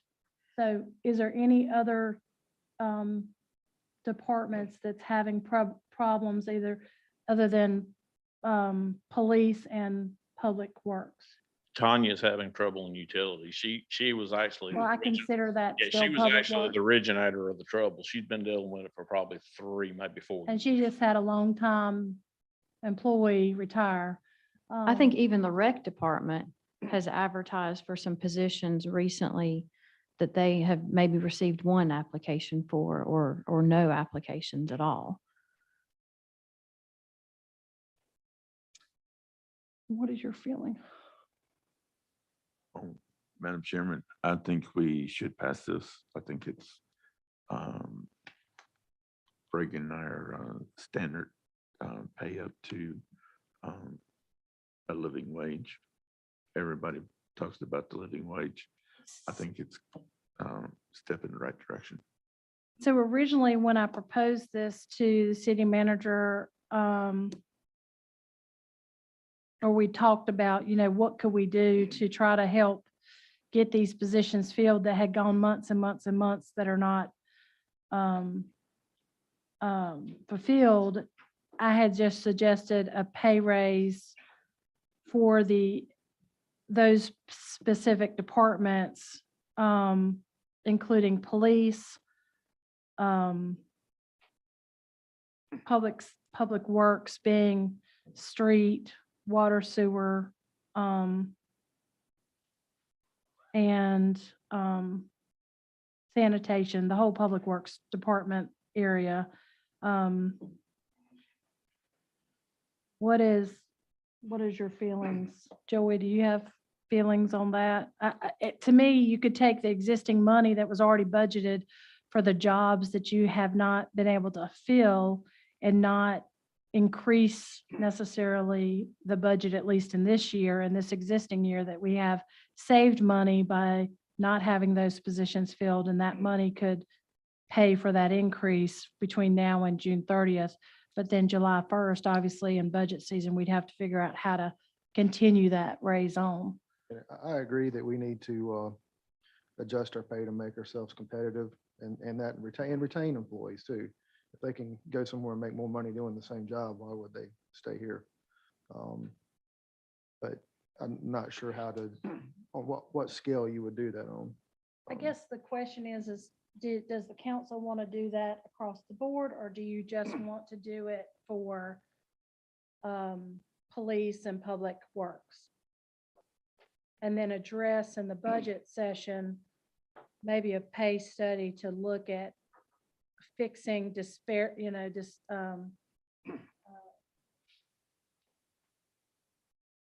things that are not in line. I think we need a complete pay study to do it across the board to know exactly where tenure and other things are. If the council wants to fund a pay study, that may be something where we look at all the positions at one time. If you just do an increase for certain positions now, we may not necessarily end up with internal equity between departments. Our pay bands are very, very tight. So if you go through and adjust a few or a few departments, you could end up skewing the entire pay plan. Mebane did it and Burlington did it, both of them. Yeah, I don't know about Burlington, but I know Mebane had a consultant go through and look at their pay plan, and they actually made suggestions, not just for certain departments, but they went through and had a number of pay grade changes. Most of them went up, and there were 2 positions that went down in pay grades, but they went through and looked at basically the comprehensive pay Guess what plan. I'm concerned about is if we have a particular position and someone's getting paid way too much for the title or the pay grade that they're at, and then you just arbitrarily give them a $2 raise, and you're even that much. I don't think there's a lot of that, but I think that there are a few that it doesn't seem like the purpose is to try to get these positions filled in the interim. I mean, that's why we're having a special meeting. That was the purpose, to try to get these positions filled and to do something in the interim. It's not to say that we wouldn't give a raise across the board, but in my mind, this is where our concern is right now for those particular departments, and then look at a pay study more in depth in March and pass something in June. But that's just I'm just one person on the council. What are your thoughts on a signing bonus? To entice people to come as a temporary fix. I think you're gonna upset the people that have the job now that didn't get a signing bonus. And you don't want to hire somebody off the street to take the same position as me, and I've been here 2 years and they make more than me. So I think that's why I'm saying it's so hard to make a decision, because one decision doesn't fit every scenario. But on the flip side of that, these people in public works, they're having to work twice as hard. They may be willing to get some help, I'm just throwing that out there. It may be a trade-off. Yeah, these people are getting a signing bonus and they didn't, but they're killing me right now. I'll do anything to get a little relief. Just a thought. I think, another thing to keep in mind, and Councilmember Chin had kind of touched on it a little bit as well, the retention part of it is huge. Like, we have a lot of positions that we have folks in place currently that are hanging on by a thread. They can look left and right and leave at any point, and us trying to fill those spots, we can't even fill the ones that we have open. To try to fill those spots would be even more difficult. The across the board thought process was that you're raising all ships at the same time. So it buys you time to do a well planned out, thorough study so that you can make sure that you're hitting, as Mebane did with theirs. I would be very shocked if we could pull one off in the coming months. It takes time to do those. I mean, Mebane had theirs back in the fall.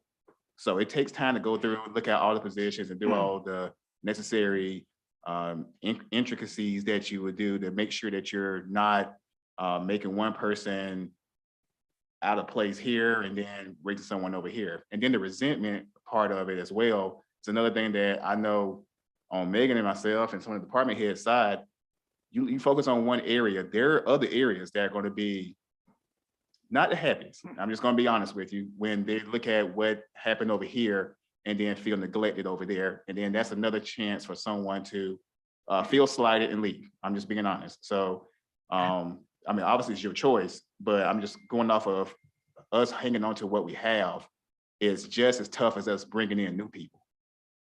How many folks are employed by the city Full-time, full-time?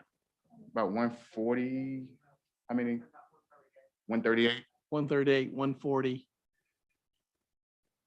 You're telling me that we don't have the know-how to be able to look at the salaries of the 140 folks, their longevity, and all those other criteria to be able to stratify who really needs, you might say a near-term bump, that then as we work toward the new budget for the next fiscal year, we address everybody. I don't know if it's that simple. I mean, I think that's why you hire consultants to look into that. I mean, it takes time on top of our daily jobs to do something like that. Yeah, but you got everybody's paychecks right now, right? Yeah, and I We know how will, much they get paid, and we know what they're identified as to what pay grade they are. yeah, I will just point out our HR department, you know, we talk about a department, but it is a one-person department. And that person handles all of our HR, all of our onboarding, all of our safety issues, our property and liability, our workers' comp, risk management.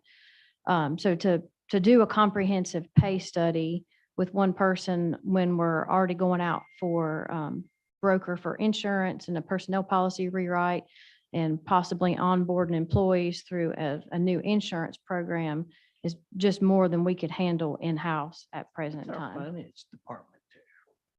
They do a lot. Yeah, we have, Keep us running. yeah, they absolutely do. We have 3 people in our finance department, and one of those is designated as the tax collector. So they also have quite a load on them. If you compare us to neighboring jurisdictions, I would say our workforce is significantly leaner than our peer groups. We absolutely know how to do a lot with a little, but at some point, it could very well break for our employees. You know, I'm not sure how much we can be expected to put on them or to keep putting on them to the point that it's, you know, too much. And the pay raise for a $2 an hour pay raise equates to how much money? So if you implemented it at the beginning of the next pay period, it would be 179,000 from then until the end of the fiscal year. You could do that without having to do a fund balance appropriation, without having to do touch your ARPA money. There is enough in lapse salary from vacancies we've had at the beginning of this fiscal year that could fund that pay raise without having to dip into any reserves.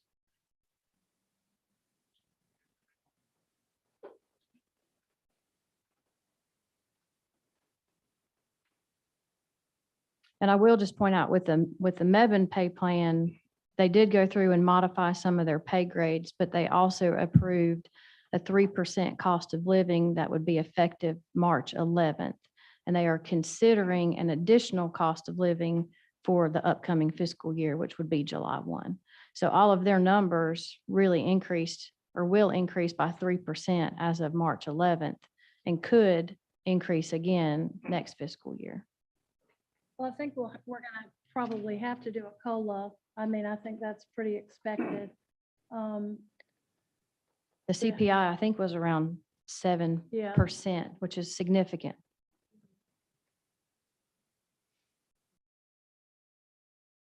What does the council think?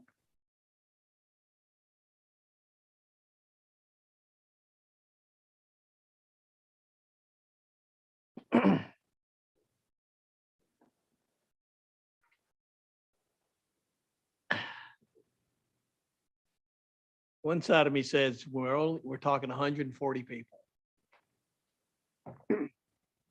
And recognizing the HR person has a lot of other duties besides that. Just, it doesn't strike me as that should be that insurmountable. I mean, I guess if we were back in the days of accounting registers and doing it all by pencil and paper, that's one thing, but you're telling me that today with our technology, with computer applications, that we can't look at our data structure for payroll and stratify it in regards to pay grade, departments, and things like that, so you can see, and then apply that against whatever the median is for those job descriptions, that's beyond our capability. I mean, when you look at Excel today, if you were to download your payroll today in an Excel format, you can suck that thing into Excel and you can process that data 10 ways to Sunday. I think Mebane spent $10,000 on doing the pay study, I believe. Yeah, that's what we were told. And a lot of times our pay plan structure doesn't mirror another jurisdiction. So it's not just looking at what we're paying these folks. It's really trying to do an apples to apples comparison. You know, what we call a general maintenance worker, they may absolutely. call something else. So it's, you know, you've got to make sure that what we're calling this matches up with whatever they call it. But even just looking through some of the data, you know, some of ours weren't exactly in line with what we believe some of the other jurisdictions do. And that is really where your time is going to be spent, is to make sure what we're calling people matches up to there. So some of them are obvious, right? City manager, Well- statutorily, statutory position, I'll it's default to obvious. My morning session with Bert. You know, what we expect our public works employees to do is a broad spectrum of jobs. And other municipalities have individuals doing one job. Yeah, and even Tanya would And- be an example of that. Mebane has two people who essentially do the job that we have one person here, Tanya, doing. And you're right, and that's got to be factored in. Because what I think it will reflect is we're getting more bang for the buck than we, you know, from our employees. And we need to recognize that. And so in turn, then to me, it says, okay, let's reward those. If you can do all that, you know, we don't need to put them in a situation where they're not being paid appropriate for the work they do. But so it takes, you know, this is not I'm not asking for a cookie cutter solution. Because again, reason I, you know, my wife and I moved here is what we saw with Graham and the folks here. And I think we need to address that versus as we train folks, they get picked off by other communities because we've invested and we didn't have programs in place, salaries in place, job descriptions in place that would keep them here. It's a total package though, too, because I mean, I think we really need to do some work on having a better health insurance, a total package Yep. for a person, not just, Health insurance, pension plans. because what I hear from people that have gone to other municipalities is, you know, that was a concern to them. Now, some people, it's not as big of a concern to them. But for some people, you know, that maybe your health insurance is a big deal for them, you know, if Graham does something different than what Burlington or Mebane or Powell River or any other local municipality where they can still drive to work, you know, fairly easily, you know, it does affect people's mindset on job satisfaction. So Right. I just think that we've gone, like, what was the amount that we've saved that we already have budgeted that we've required other people to basically work?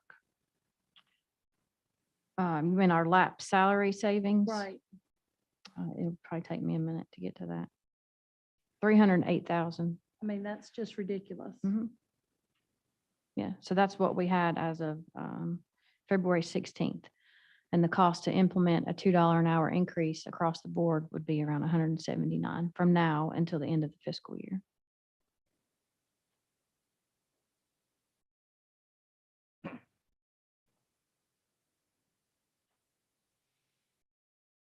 I get what Aaron's saying, you know, that,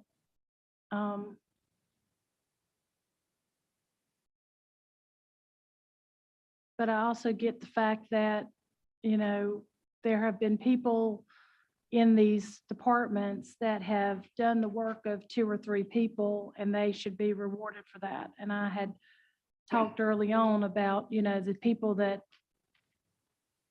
COVID hit, very next day, they're at work like nothing happened.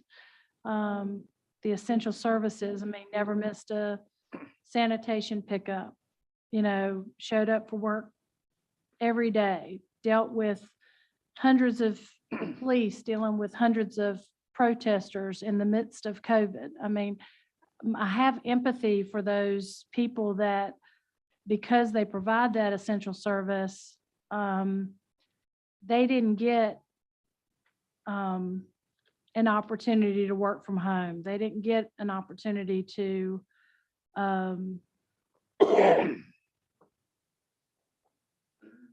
to not have to deal with all of the to deal with the fact that you had just worked a shift and we didn't have anybody else to call, you still came. The fact that they couldn't take comp time, the fact that they couldn't go on vacation with their family. I mean, to me, I don't know how we need to do it, but it's my feeling, if it's not with this raise, I want to see us either through the salary, in looking at the salaries going forward, I want to do something for the people that did something for us when we desperately needed them. There was just a lot of people that left the workforce altogether because they didn't want to be around other people because as a result of COVID. And there was a lot of people, employees here at the city of Graham that really stepped up. I mean, just can you even imagine the situation that us or other municipalities would have been in had these people that do essential services walked off the job? I mean, you look at other cities where entire police force left over lots of different reasons.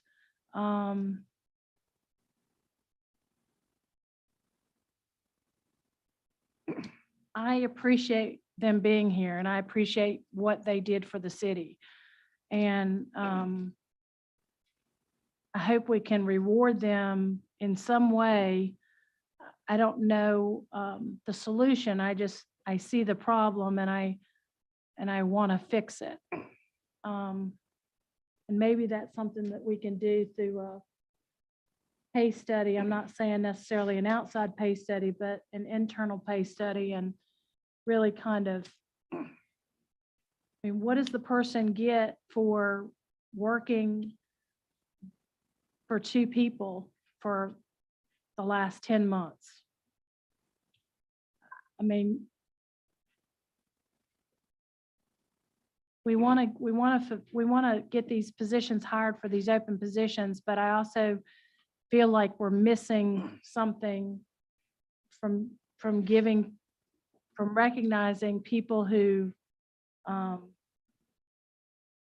came to work every day and really gave everything they had to make sure that the job got done at the end of the day. And I think that's what the challenge is going to be, because at that point, I think you're going to be picking and choosing, because if you look at Brian's department with recreation, they were here.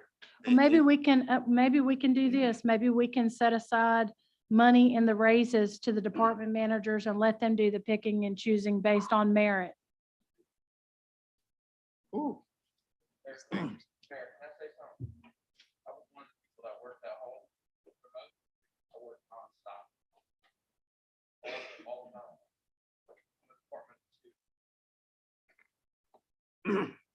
And this is what I was fearing about pitting one against another. I hate the picking and choosing of it. That's why I was trying to stay sort of general with the sense that we can't pick and choose who did what during what time, because there were departments that they didn't stop. So I will just say that we have folks, Julianne and her department, they're still taking payments. We may not have been closed to the public, but we still were taking payments. We're still handling our water billing customers. Lori didn't stop, still having to process HR stuff. I mean, we getting into a point of picking and choosing who gets what at this point when you're saying this group versus this group. And I was really trying not to pit any one group against another, because then that's where the resentment among staff comes into play. I think even with a potential increase, I don't know that any of our employees would qualify into the overpaid category. The overwhelming majority of our positions at the city compared to our peer groups, compared to the market and the medians, were significantly underpaid compared to those target audiences, as evident in the Mebane pay study. But I mean, I do think even to Jeff's point, I mean, maybe I misspoke when I said work from home, but in your department, as a result of COVID, you have had to do so much more than pre-COVID. I mean, so much more. I just think that there's been certain departments that, man, they've just really stepped up. And I just don't want them to feel like they're not recognized, that that effort is not recognized in some way. And Madam Chair. mhm. We have employees that every day work. Someone's been called in at 2 o'clock in the morning. And we work in 4-degree weather, we work in 100-degree weather. And those employees are there all the time representing the city, but they're not called about. I mean, I know you're representing Public Works and including utilities, but we don't call out utilities. We don't call out some of these other departments that work all the time anyway. I mean, all the time, and you never know that my guys have called in and worked 12 hours, starting at 2 o'clock in the morning. I mean, we got pictures of some of our guys in the coals with ice on their beards because they're working in those conditions.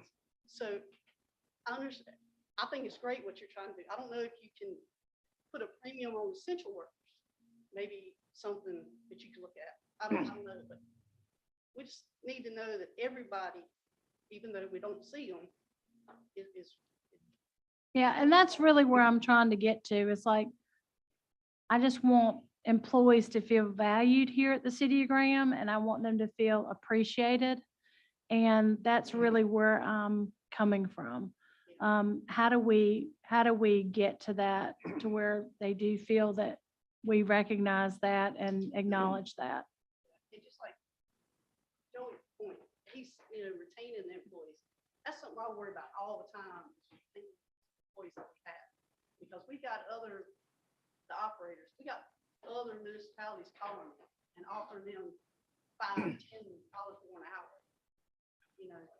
I interviewed a guy for a position and he made almost as much as I did because they don't have people. I mean, we know municipalities paying $87 an hour for a treatment lab because they can't find any help. So if we don't start doing something, we're gonna start losing more than half.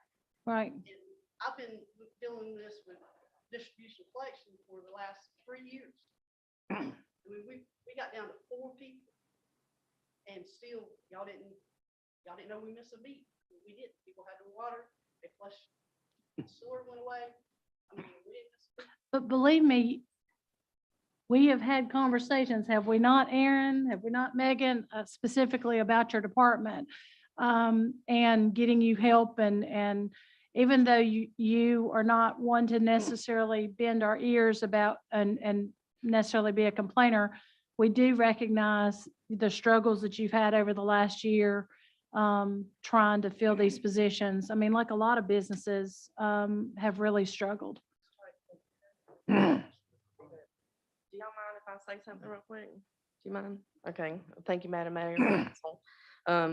I just want to kind of talk on behalf of the Public Works and the utilities as well as the rest of the jobs. But right now, the struggle is real to get the people in, because we can get them in as far as I go. But when it comes to making that offer is where, we're losing a lot of people because of the money amount. The money amount, just to give you an example that I can offer, one of Burke's people starting out for as a general maintenance worker is $13.64 an hour. It's almost humiliating to ask somebody to come work for that when they can go to work for McDonald's, of course, for $15 to $17 an hour. And it's just it's been really hard for them to say yes, because they can't afford it. People can't afford the gas now, the groceries, the whole 9 yards. And they, Lori, I can't do this. The last 3 people that we've been able to hire, 1 in Tanya's area and 2 in Burke's areas. I mean, it was a beg and pleading and everything that we could do just to get them like 5% more, just to be able to get them up there. So this isn't even a living wage for them at the time.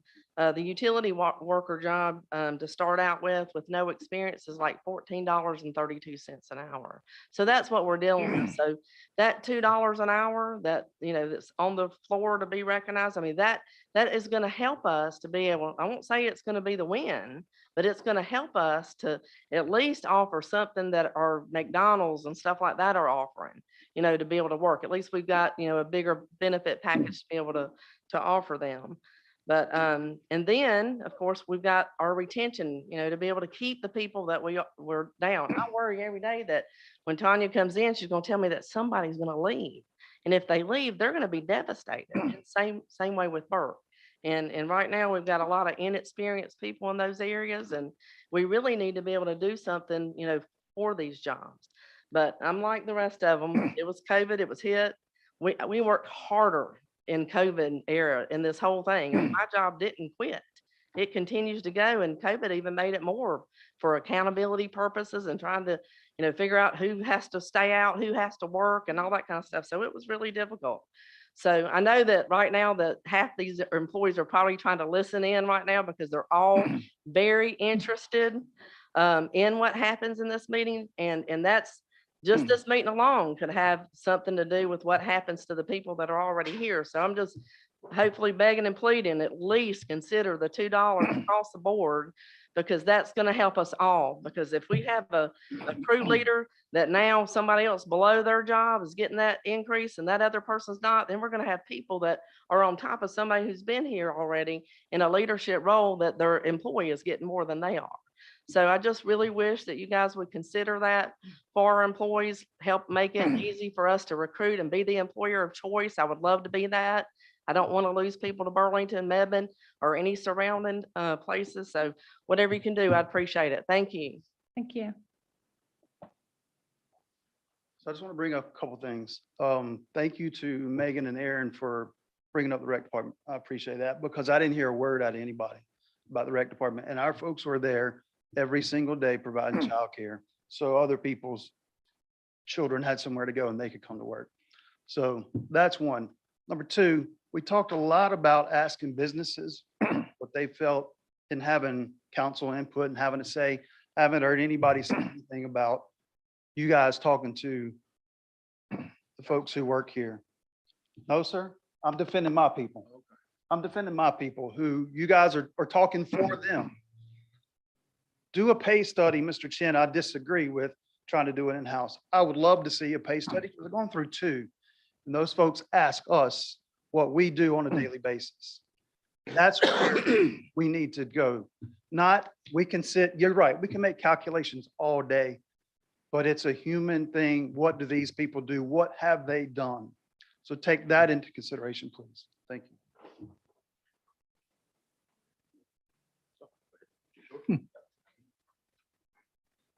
Hey, I just want to take opportunity. One, I'm like Brian, we've been talking about this for an hour and the fire department has not been mentioned the first time. We were here just like everybody else during COVID. In fact, we were treating the people with COVID. So we risk our lives every day. And for me to let this meeting in without coming before you to say, our firefighters deserve everything, every opportunity that every other city employees should get. We're closely related to the police department.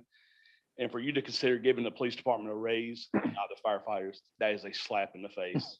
And I am here, like Brian, to defend my people and to say, please do not pit us against each other, because that's the worst thing you can do.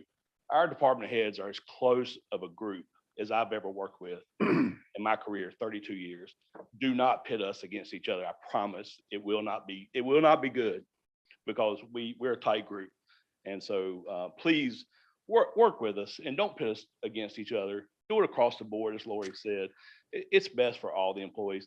I got the smallest fire department staff of any municipality in this county, except for Hall River. We're the second, third, depending on what Mebane's population is, the second or the third largest municipality in the county. I have the smallest staff. So we all work under those conditions every single day, and we do lots and lots of stuff that these other fire departments don't do. Our people do tremendous amount of work, and we're proud of our employees. And I think we all stand together today to say, treat us all fairly, treat us equally.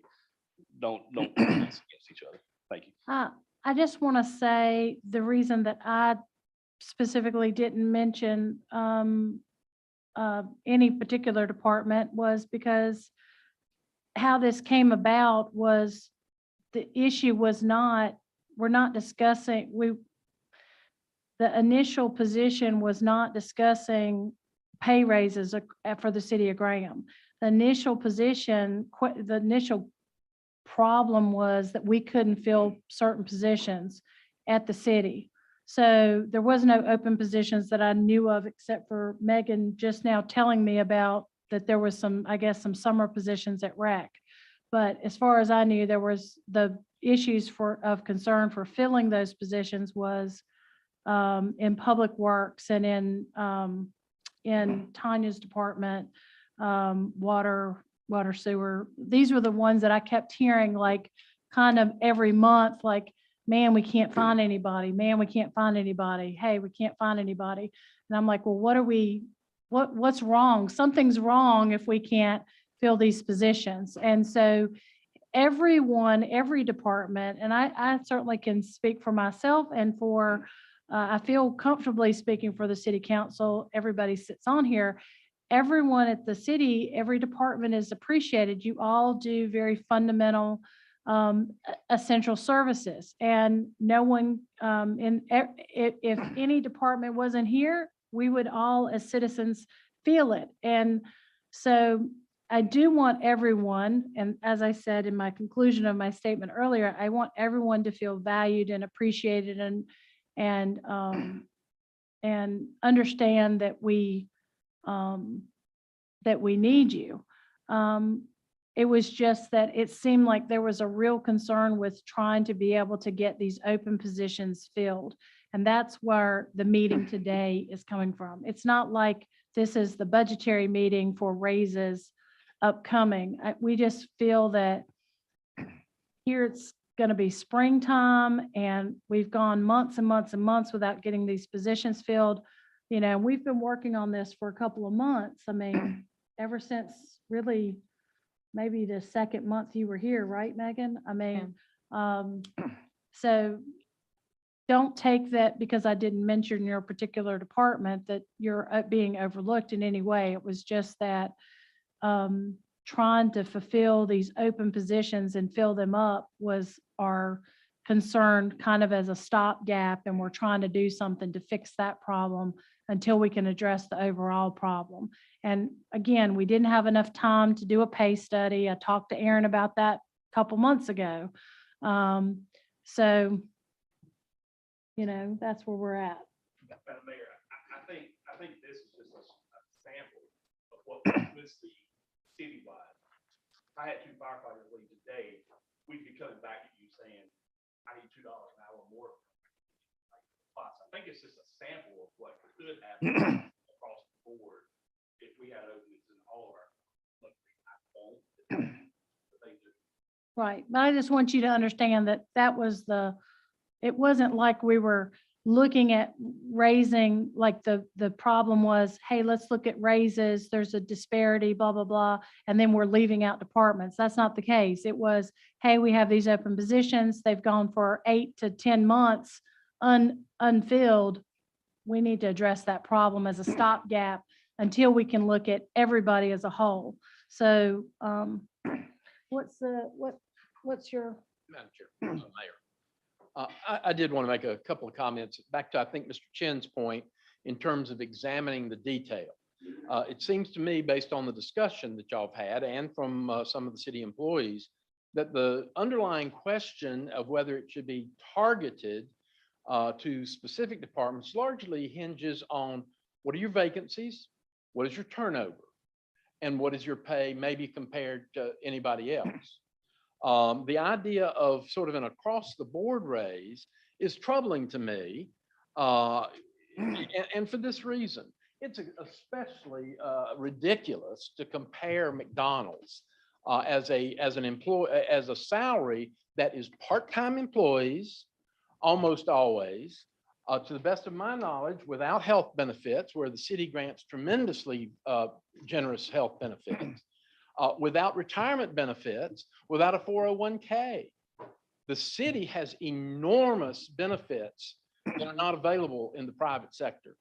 And so I think in the big picture, beyond just the 140 employees of the city of Graham, you have to consider the private employers in the city of Graham who are in competition for employees. And looking at the big picture is everybody needs employees, government and non-governmental.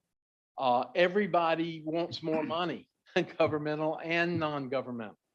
But in terms of the value to the taxpayers, it seems to me that you need to be focusing on where is the real need in terms of some objective criteria instead of just granting it across the board. It's easy enough to give away other people's money, but I'm one of the other people, and I would like y'all to have some restraint, speaking personally.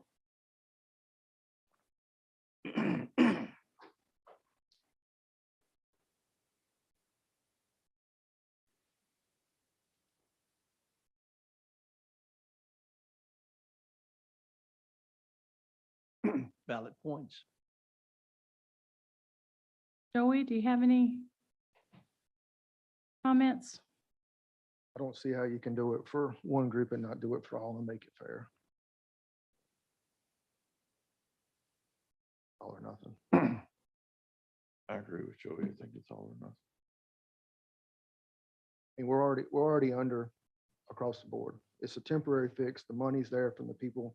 People have been doing the job. There's money left over from the people that we haven't hired. So it's almost rewarding these people with the money they would have gotten anyway because they were doing somebody else's job. We're not taking money out of any other fund. Temporary till we can approve a new budget. There's a 7.5% inflation rate. This is not even keeping up with inflation at this point.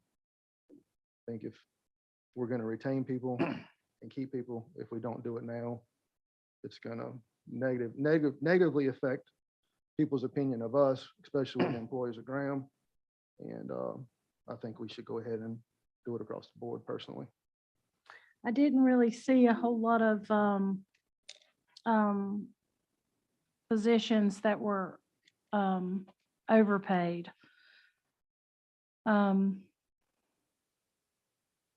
Those can be addressed with a pay study and can be addressed in the fiscal year budget if there is.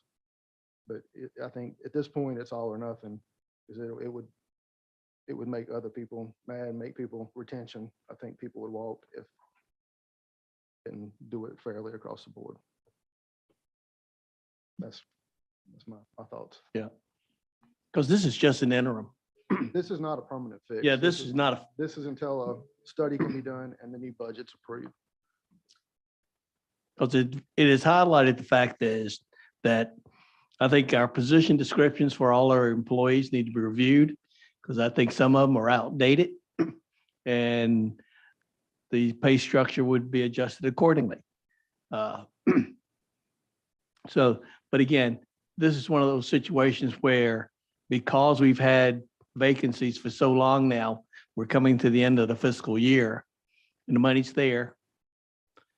And with inflation and such, you know, we would like to be able to target it, but at the same time you go, hey, it's one of those things that if we were having to levy taxes to pay for it, It'd be a different story. I think it'd be a different story. Giving the people back the money that they've been doing. They've been doing two jobs.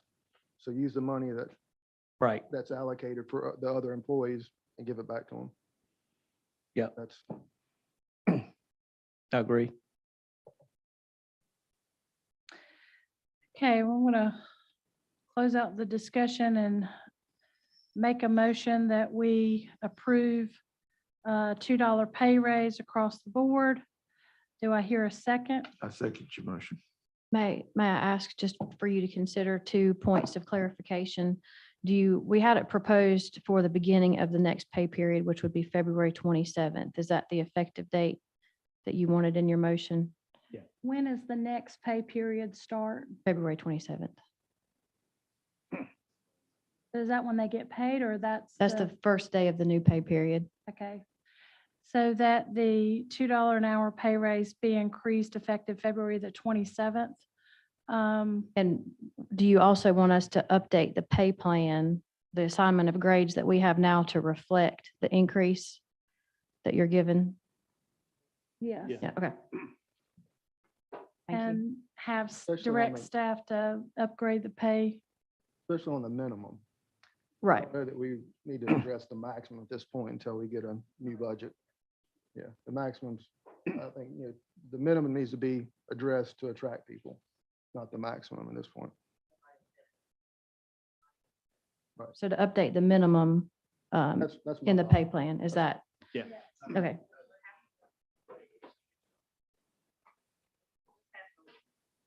Whenever we get a pay study or it takes them all. No, we were just talking about the fact that for the $2 increase, put that into the minimum pay scale. When we do the pay study or when we start figuring out salaries,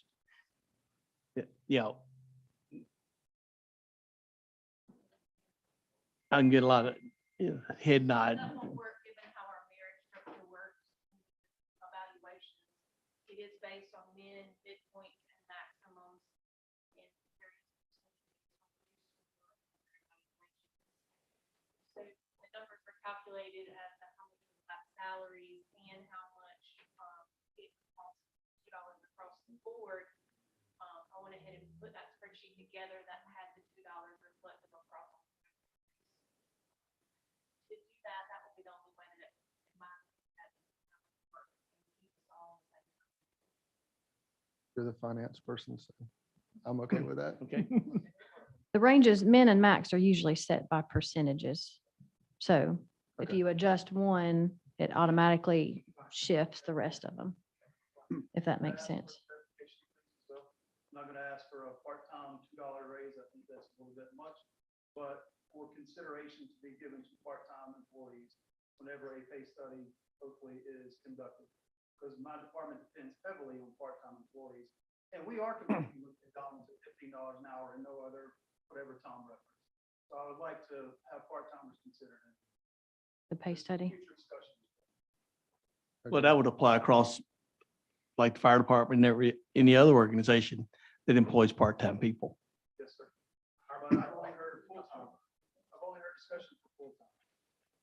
Our part-time hourly wage is based on the pay of the same person in that classification because they're expecting to do the exact same. So not. So it mirrors what the hourly rate is for our full-time. So your part-time staff are in a category that would, They're all by themselves. And your assignment of grades, just to kind of give a very simple overview, is for your full-time positions, not the part-time folks. So your pay grades, your pay plan that comes to council is for your full-time folks. And generally, part-time people are paid somewhat equivalent, if there's an apples to apples comparison, like in the fire department, an equivalent hourly rate. But we can certainly get with Brian and any other department who may have a similar situation and evaluate where they are. yeah, because that part-time position should actually have a full-time job description that goes, similar function. We do, Mhm. but our pay rates have not reflected. And today's age, Megan mentioned we've had one application for some positions and we're getting ready to get our busy season as well. Emma has had to reduce capacity for day camp right now because we're not sure we're gonna hire enough counselors. That's a problem.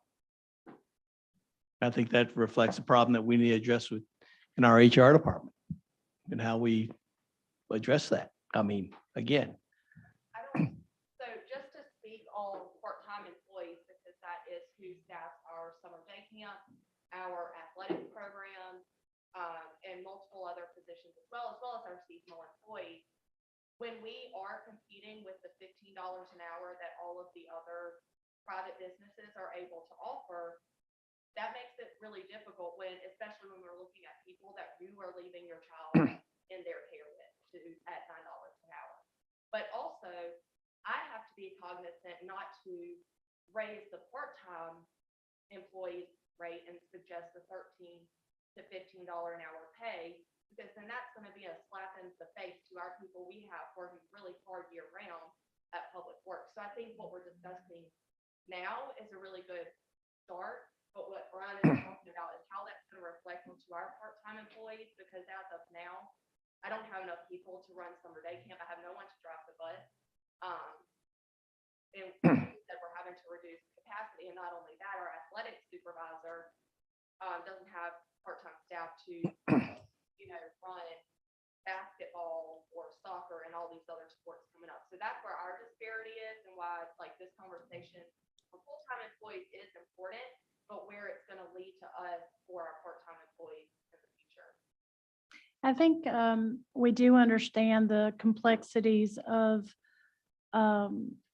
giving to, we talked about this at length, I think, but it's like the issue of filling these positions kind of in the short term as a hump to try to get to budget session to see how much we do have available going forward. What, the count we have a ARPA money coming in. We have it's a small piece of a much bigger issue with funding, right? And we have so much money that we can deal with. We also have the issue of evaluations this year. The county is going to be doing reevaluations ahead of any, in the history, they've always been every 8 years, and now they're doing them ahead of time to try to capitalize on, I'm sure, on the market prices right now. So there's a lot of evaluation, obviously, that our finance director will be doing, trying to figure out money that we'll have available going forward to be able to fundraises. But we can't, I think I think if everything was fine and we had these positions done, and you didn't have the other cities are giving these raises in March and in January, because they're dealing with the same things we're dealing with. So we've got a problem. We're trying to find a solution. It's not the solution, but it's a stopgap until we can get enough time to address the full solution, if that makes sense. We're not looking at part-time right now because we're just trying to get the FTE positions filled right now. And Consideration. That was it. yeah. Ask for $2 right now. Consideration. Yeah, and I apologize for getting us off track, but I did want just to make sure that we were clear in the direction from council in the motion. So I thank you for that. Well, we have a motion on the floor to pass the $2 across the board raise. We have a second from Ricky Hall, the Mayor Pro Tem. All in favor? Aye. Aye. Unanimous across the board. We hope the employees of the city of Graham feel valued and appreciated. We appreciate all that they do for us, and we hope that we'll be able to address some of these other kind of more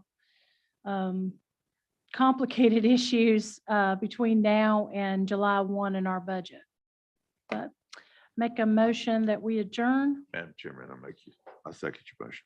All in favor? Aye. Aye. Aye. Hey,